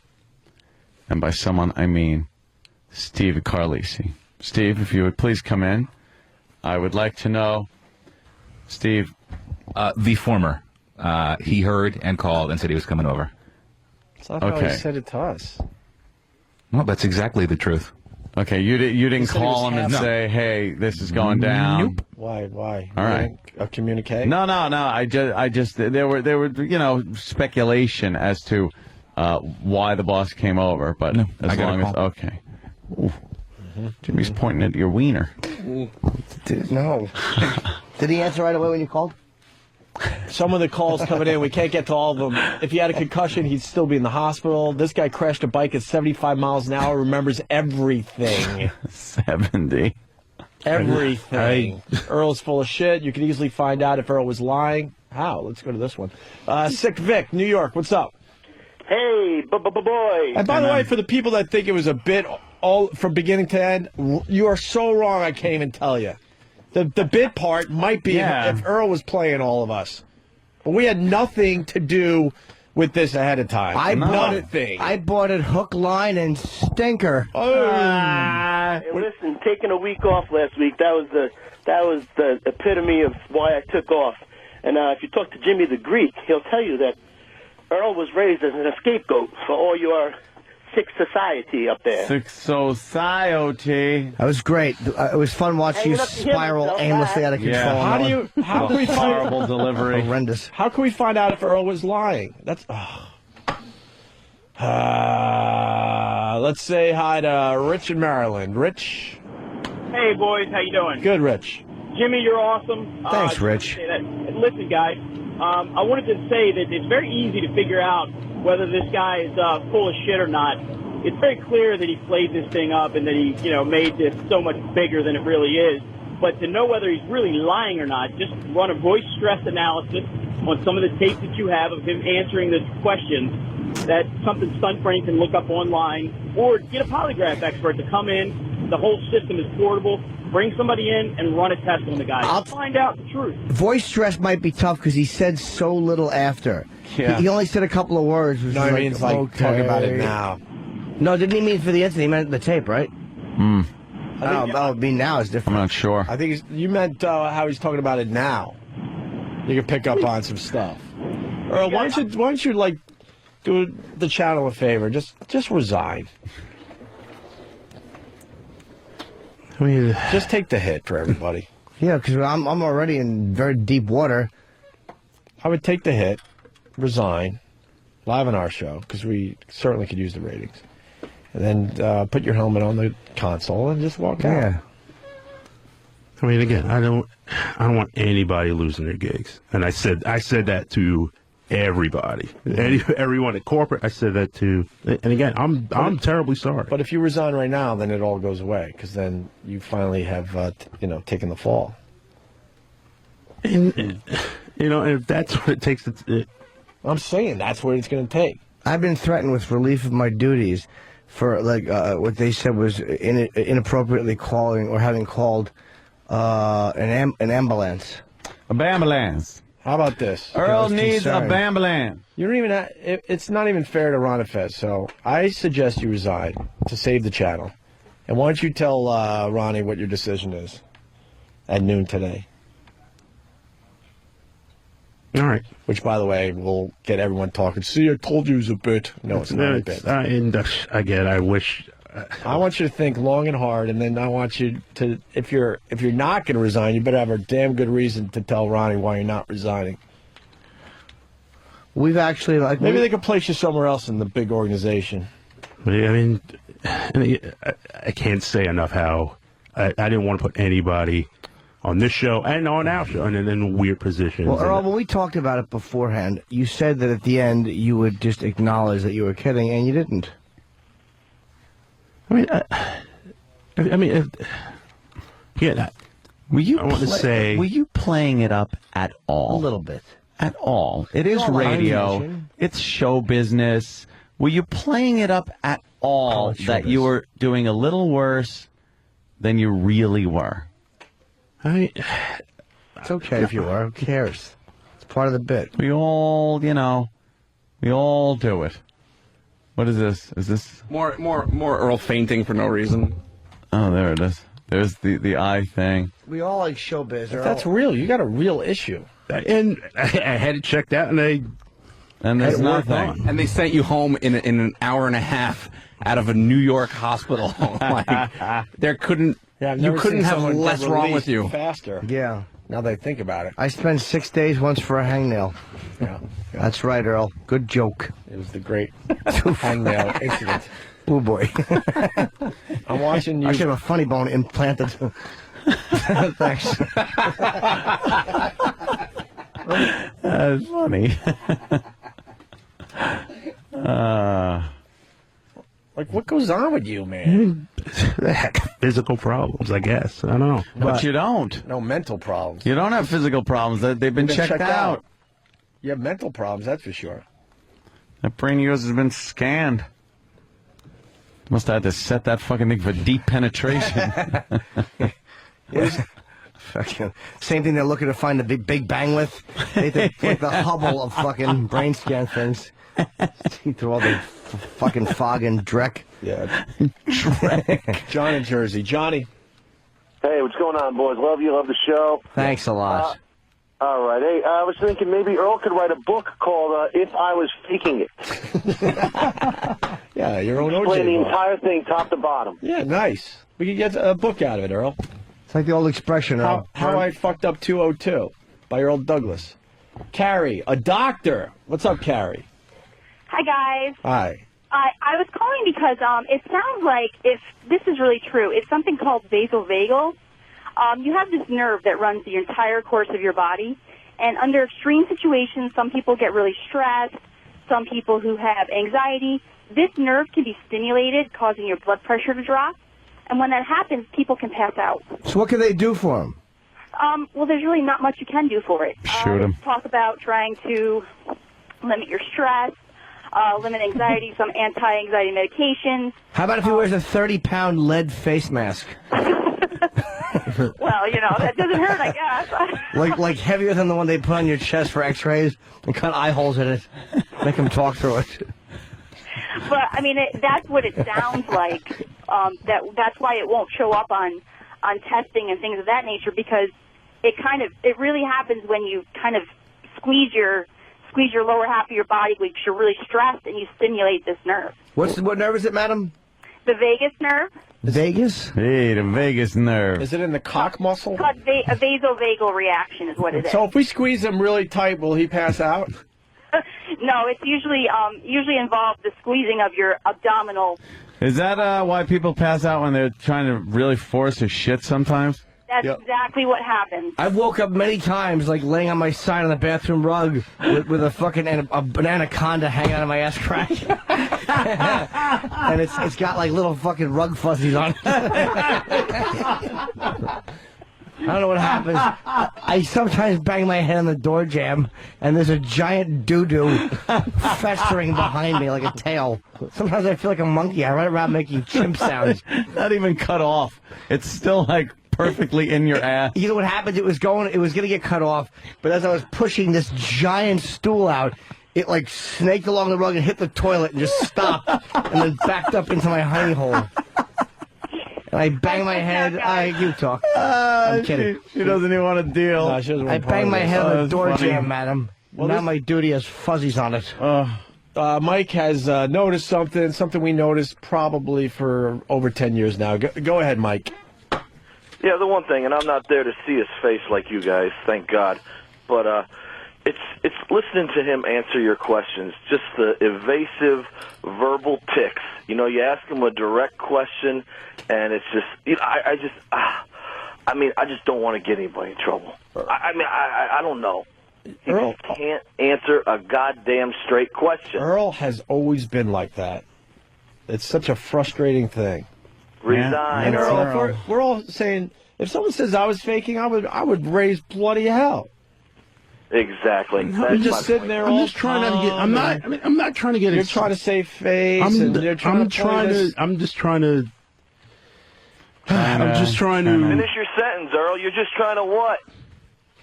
I'm owning up to it. I'm just like, I am 100% responsible. It was not Danny's fault. 100% responsible. For what? Get the boys in trouble. Yeah. For what? For faking the whole thing? I instigated the whole situation, and I'm sorry. Did you play it up a little when you're on the ground? That's what you're talking about? Admit it. So, if everyone thinks I was playing it up, then yes, I was playing it up. No, what's the truth? If everybody thinks... see, you're like a martyr. I'm not being a martyr. I'm owning up to the situation. You're not. I'm saying sorry. It. You're not saying you're not. You're trying to spare yourself the embarrassment of, which I can understand. I get embarrassed. I'm embarrassed by the whole situation. But there's people's jobs on the line here. And I don't want. And again, I don't want anyone losing their gigs. It's the last thing I want. Well, I've been threatened with a disciplinary removal from my duties because I'm the one that authorized the calling of the ambulance. Any disciplinary things, have it come down on me. No one else. Anyone else. Have it come down on me. I one time fell off the toilet and struck my head on the sink basin. Cut him off at the pass and just resign, and then it goes away, Earl.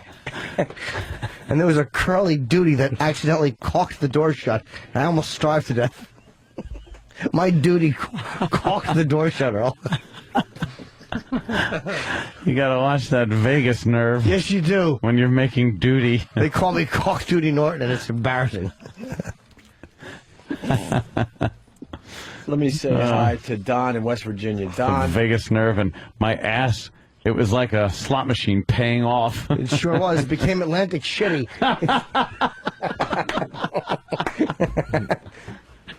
Don in West Virginia. Yeah, by having that woman doctor in there a minute ago, you gave Earl a way out. Now he's got this vagal nerve thing that's wrong with him. You can't be proven, so now he can faint and do whatever he wants. Earl, you have your way out. You got a vagal problem. Yeah, you got a vagal problem. Let's say hi to John in Westchester. John. Hey, guys. Hey, if you notice, when Earl is answering these questions, he sounds exactly like the guy from Fargo when that guy gets interrogated by the cop. He's like, well, I'm cooperating here, you know? You're right. This is him passing out again? This is another video. It's a completely different one. What video? Thank you, sir. This is when they were trying to cure Fezzi's fear of heights. Right. And they pretended like they were going to, lift Earl out the window, and he decided that he And he couldn't go passed along with out? the joke, and he passed out. Wait, go back. Earl, what's going on, man? Earl. Like they were actually going to throw you out a window. That would be murder, you dummy. Your name should be Girl Douglas. You're acting like a little bitch. Black girl. So what happens here, Danny? They have the window open. Yeah, they got the window open, and Fezzi's kind of holding Earl.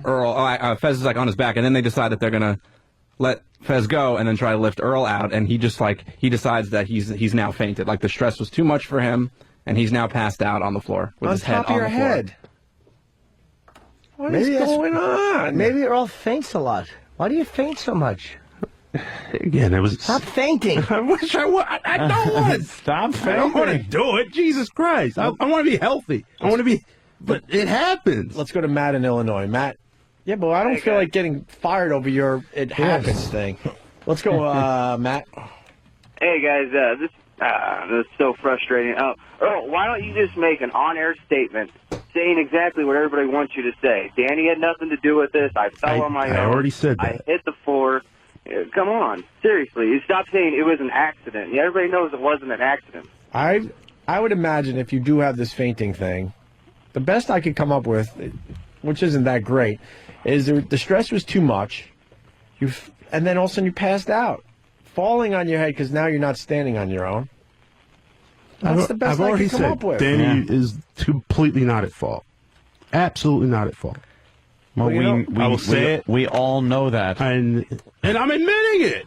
But you're admitting something we all know. What we don't know, but have really huge suspicions of, is that the whole thing was a work. That once you hit the ground, you decided, I'm going to play this up now, like I'm completely knocked out, and everything that happened during that event points to that. And if you use Danny Ross's razor, you will notice that the simplest answer... It's actually Occam's razor. I call it Danny Ross's razor now. I don't know who Occam is. I don't know if it's Occam president. I don't know what he does. Yeah. Tell him you don't want to use his razor. He'll understand. Believe me. We got Dennis in Hoboken. He has this syndrome, this vagal, or whatever the hell it's called, syndrome. Dennis. Yeah, no, I don't have the syndrome or anything. I simply had it happen once. It was actually triggered, I'm kind of embarrassed to say, by brain freeze. I drank a frozen drink so fast that it got that headache was so bad that caused that reaction. And I did pass out, and my head hit the floor, and it was hurting for weeks afterwards. Oh, and also, I do remember everything that happened right before, right up to it, and then right after. Drinking that delicious Slurpee or something, and It was right in the line of Hopi. It was a strawberry daiquiri. It wasn't a martini, but brain freeze. it did the job. So it only happened once, and there is a treatment for it. You can get on what's called a tilt table, and they tilt you and they test if your blood pressure is good enough. So it is treatable, and the most important thing is I've remembered everything. Yeah, psychologically something's going on with Earl. Let's say hi to Clint in Ohio. Clint? Yeah, you could tell if Earl's lying or not because he would have been vomiting. One time I got hit when I was playing football on both sides of my head, and I remembered everything, but about a half hour later I started vomiting. Yeah. Yeah. You He scare didn't me. vomit nothing. Oh, He's you a scare me, liar. man. You scare me. I don't know what's going on with you. I used to vomit. A lot of times I would have this thing where I would push really hard while making a duty, and I would fall off the toilet. And then one time I woke up, and I was on all fours. Yeah. And I had a big curly one hanging out, and I looked like one of the Wizard of Oz flying monkeys. I even had the little hat on. I don't know who did that. Who put the hat on your I head? don't know. Somebody came in and placed the hat on my head. A practical jokester. Yeah, because I looked like a flying monkey. I had a big duty tail sticking out the back, and had cleaning products on the end of it because I knocked them over under the shelf. I knocked over my Ajax. I had duty with Ajax on the tip. Was half of your tail flat from sitting on the floor, or with the impression of tile in it? No, what it was I fell off the toilet. Apparently, what people who heard, there was a large group of cheerleaders in the next room, and they heard me. Apparently, I went, no! And then they heard a thud, and I was on all fours with my head against the wall. Oh, okay. And the giant duty tail. They said when they opened the door, it continued coming out like Play-Doh. Like my body, it was like when you die. Like when you light one of those 4th of July snakes on the ground. snake. They said they were yelling at me, and I wouldn't move, but I just kept shitting. I quote one girl, she said, we thought you were going to shit until the Messiah came back. Which I thought was an unnecessary comparison to make, because, miss, that could be years. And That's unrealistic. Yeah, there was a little tile mark, but it was probably about 2 feet into the duty. Oh, okay. There was a little tile print, and I had knocked over my, I was drinking a Diet Root Beer, and I had knocked that over, and the bottle cap got stuck in the log. So when I would walk, I would hear that, you know that bottle cap scraping on the fucking tile sound? Yes. Gregory Hines put my shit on his shoe and did a little dance, and then he promptly died. As he should have. Fucking asshole he was. So let's go to Walt the trucker, the only person trying to stick up for you, Earl. Walt. Hey, what's going on, guys? Hey. Hello, Walt. Hey, buddy. Anyway, listen, I got a tape of when I was a kid. Me and my next door neighbor was boxing. We was barely touching each other. Now, he hit me, and I woke up 2 hours later. Jesus. I don't remember none of it. I never had a mark on my face. He didn't hit me hard. And I watched the video, all right, 2 hours later before I come to my senses. All right, so, Earl, you stick to your guns. If you were white, they wouldn't say nothing to you. You can say that again. I mean, I think something happened, Earl, that has really nothing to do with this radio show or the Ron and Fez show, and I'm more concerned about that. Like, there's some weird thing going on with you. This whole passing out thing under stress. Let's say hi to Nathan in Georgia. Hey, what's up, guys? Hey, Nathan. I'm an EMT in Georgia. When there's a head injury or a neck injury, there's some pretty specific procedures, questions, if you will, that the EMTs would have asked him in the ambulance. He says he doesn't remember anything. I want to know when his memory starts again, if that was in the ambulance, and were there some specific things they asked him. The last thing you remember was talking to me, confronting me to protect Fez. But when did your memory come back after that? Like counting lights, pretty much. I'm looking up, and I remember saying, "What happened?" I remember asking, like, "What happened?" Earl, was that? I think I asked to be studio, helped up. or was that in the ambulance? No, it was in here. Okay, so his memory returns when he's in the studio. Is that correct? Yeah. Earl? Can you hear this Okay, guy, Earl? then this question is for Earl. Earl, put your headphones on. The guy's talking to you. Can't put it over the helmet. So take the helmet off, Earl. Hold on, sir. The Earl didn't realize you were talking to him. My question is, give Earl, what were the first 3 or 4 things that the EMTs did in the ambulance? Because clearly your memory returned when you were in the studio. So go ahead and tell me. Well, I remember getting wheeled out. They asked me questions. They just asked me basic questions. The ambulance. They were just getting all my information, like my name, my address, stuff like that. Mm-hmm. Okay, were you able to give that to them? Yes.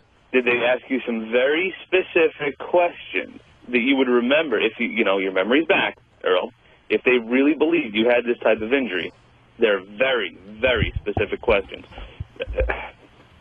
All right, you know what? Forget it. He's lying. That's it. I mean, keep lying. I'm answering the question. You asked me what they asked me. They asked me my basic information. They asked me. Earl, no one knows. Oh my God, whatever. You're so vague. No one knows. I'm not vague. They asked no me one knows the basic- first thing about you. Vague. You've always been vague ever since I've known you. What else do you want me to tell you? Everything. What did they ask me? They asked me my name. They asked me my address. They asked me my social security number. They asked me who could I contact. That's what I asked We me. just spent an hour Like, on you're this. being vague. But how am I being vague? We just spent an hour on this. We didn't get anything done. I have no idea what I learned from this whole hour. You're like, you don't blame Danny, but you still say you don't remember. Like, it's such fucking a mess.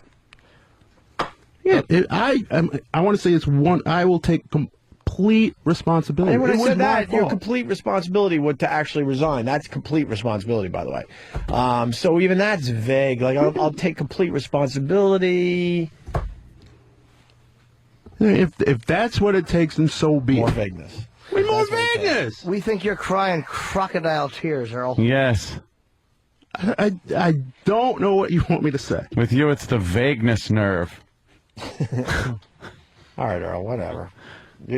I feel bad for you. I would call in Again- sick. again, I'm- All hell's going to break loose starting at noon today. We didn't get anything done here. We're going to end with the Earl song that Brother Joe did. I think would be That perfect. is a classic. I'd continue, but we're not going to get anywhere No. with this. I got to take my truck in and get the brakes done anyway. Sometimes I actually use them. And when I have lately, they're making that sound. You know when you step on the brakes, it starts with that squeal, and you're like, I got a few days, and then like an hour later, it's going. That could be your caliper grinding your rotor away. Oh, it is. Yeah, I looked at one of the rotors already. It might be beyond cutting. Right. It's a little grim. Stupid me. That happened to me on an old car of mine, and I got once I got to where I was going, I got out of the car and I looked at it and I saw like the grooves that looked like a record. And dumbass me, I go, oh man, and I put my finger on it. Oh, it's blazing it was hot. blazing hot. Did it hurt? You know what? Yeah, it did. Not much friction. You know, a giant vehicle being stopped by that much metal. It was a little hot. Yeah, a little hot. I hope you had little groove burns in your fingertips. I don't think, to be honest, I don't think I left my finger there long enough. Yeah. But, you know, the short amount of time that my finger was in contact with that rotor, I felt the heat. Like, it was white hot, like to the point where it took my brain a second or two to actually process that there was pain happening. Was it so hot it felt cold? It's like, is that cold or is it hot? Oh, man, that's the worst feeling. When I was a kid, I popped in the cigarette lighter in my dad's car as we were driving somewhere, who the fuck knows where, and then I pulled it out, and it's cherry red, and I fucking put my pinky in there. What an And asshole. I had the little rings from a cigarette lighter I think we've all done that one. on my No. pinky I've done that one, for too. months. Did you yell? Yeah, I started crying, and my Looks like a father little hit me, said I was bullseye being on your stupid. fingertip. He goes, what did you think was going to happen, you idiot? And then, you know, I remember one time crying. I had a frying pan, and it was poorly designed, and there was a piece of metal that was attached to the handle, and I went to grab the pan, but I went too deep on the handle, and I just touched this hot metal piece on my finger. Terrible. One time I had a beanbag chair, and I threw it off a 30-story building, and it landed on a small group of elderly women, killed them.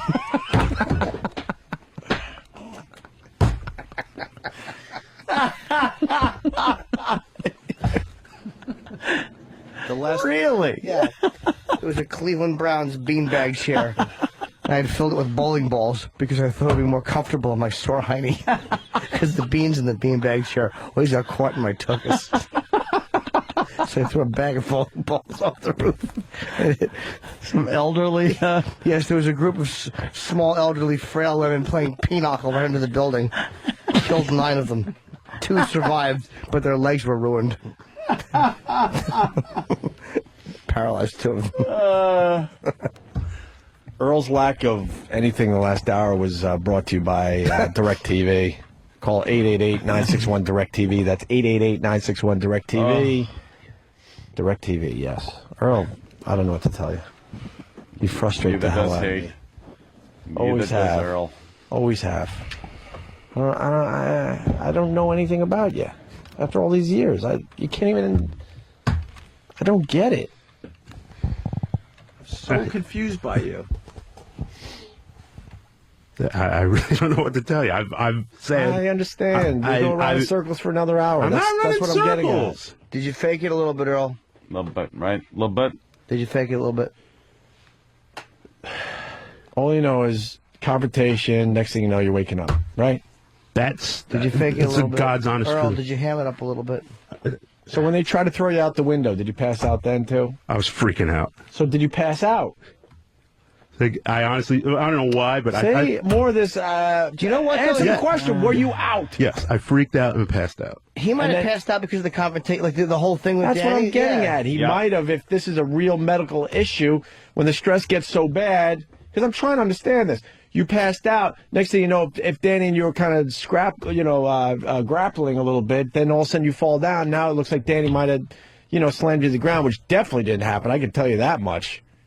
That's the only thing I can come up with. I've seen the pass out videos, so I'm trying to understand. Is that something you're doing to get out of something, or is it a real issue? It's a real issue. I just said it's a real issue. So shouldn't you be getting more tests? I mean, really. You're crying crocodile tears, Earl. It's not a real medical condition. My grandmother, rest in peace, had a medical condition that was genuine. What was it? She passed out a lot too. Whatever. Oh yeah. Yes, I had a toy I would play with. It was an anvil on a chain. I would swing it wildly in the living room. And all of a sudden, whenever she would see that coming, she would pass out. Occasionally, it would strike her in the temple.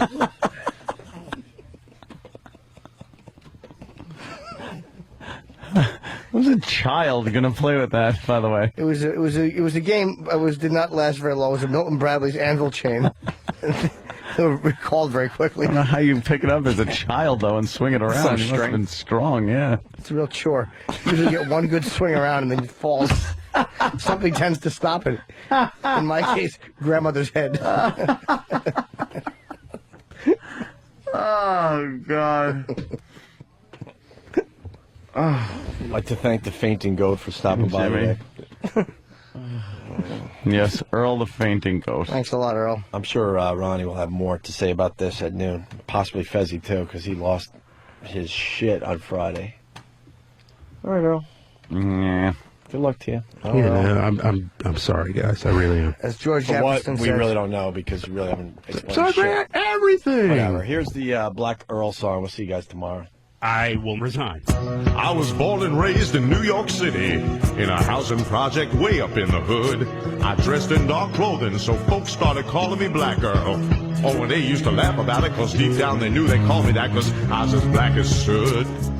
I've always been a lazy man, a couch potato with a clicker in my hand. See, motivation I never had, hid in the shadows when the boss got mad.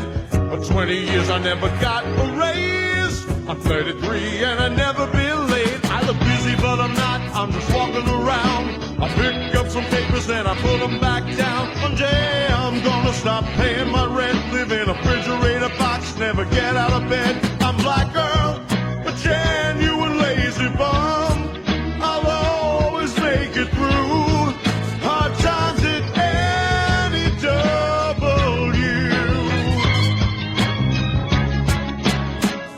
Then one day some lame brains came and took O&A away. And at the age of 33, I felt like I was carrying the weight of the whole station on my shoulders. And Ron and Fezzi knew what I was going through. Every morning I'd unlock the door, lay down and I'd sleep a little more. Then I put away the bathroom key. Everybody was depending on me. I eat a chicken wing with lemonade. Lord, give me strength to make another day. Times I felt I couldn't go on. Push a button, throw a switch, answer the phone. Got lost in the van, I did my PSAs. 10 minutes work gonna take me all day. I'm Black Earl, a genuine lazy bum. I'll always make it through hard times at any W. I could hear Stotso say, Black Earl, you're a genuine lazy bum. You'll always make it through hard times at any W. Ken and Jeremy say, Black Earl, you're a genuine lazy bum.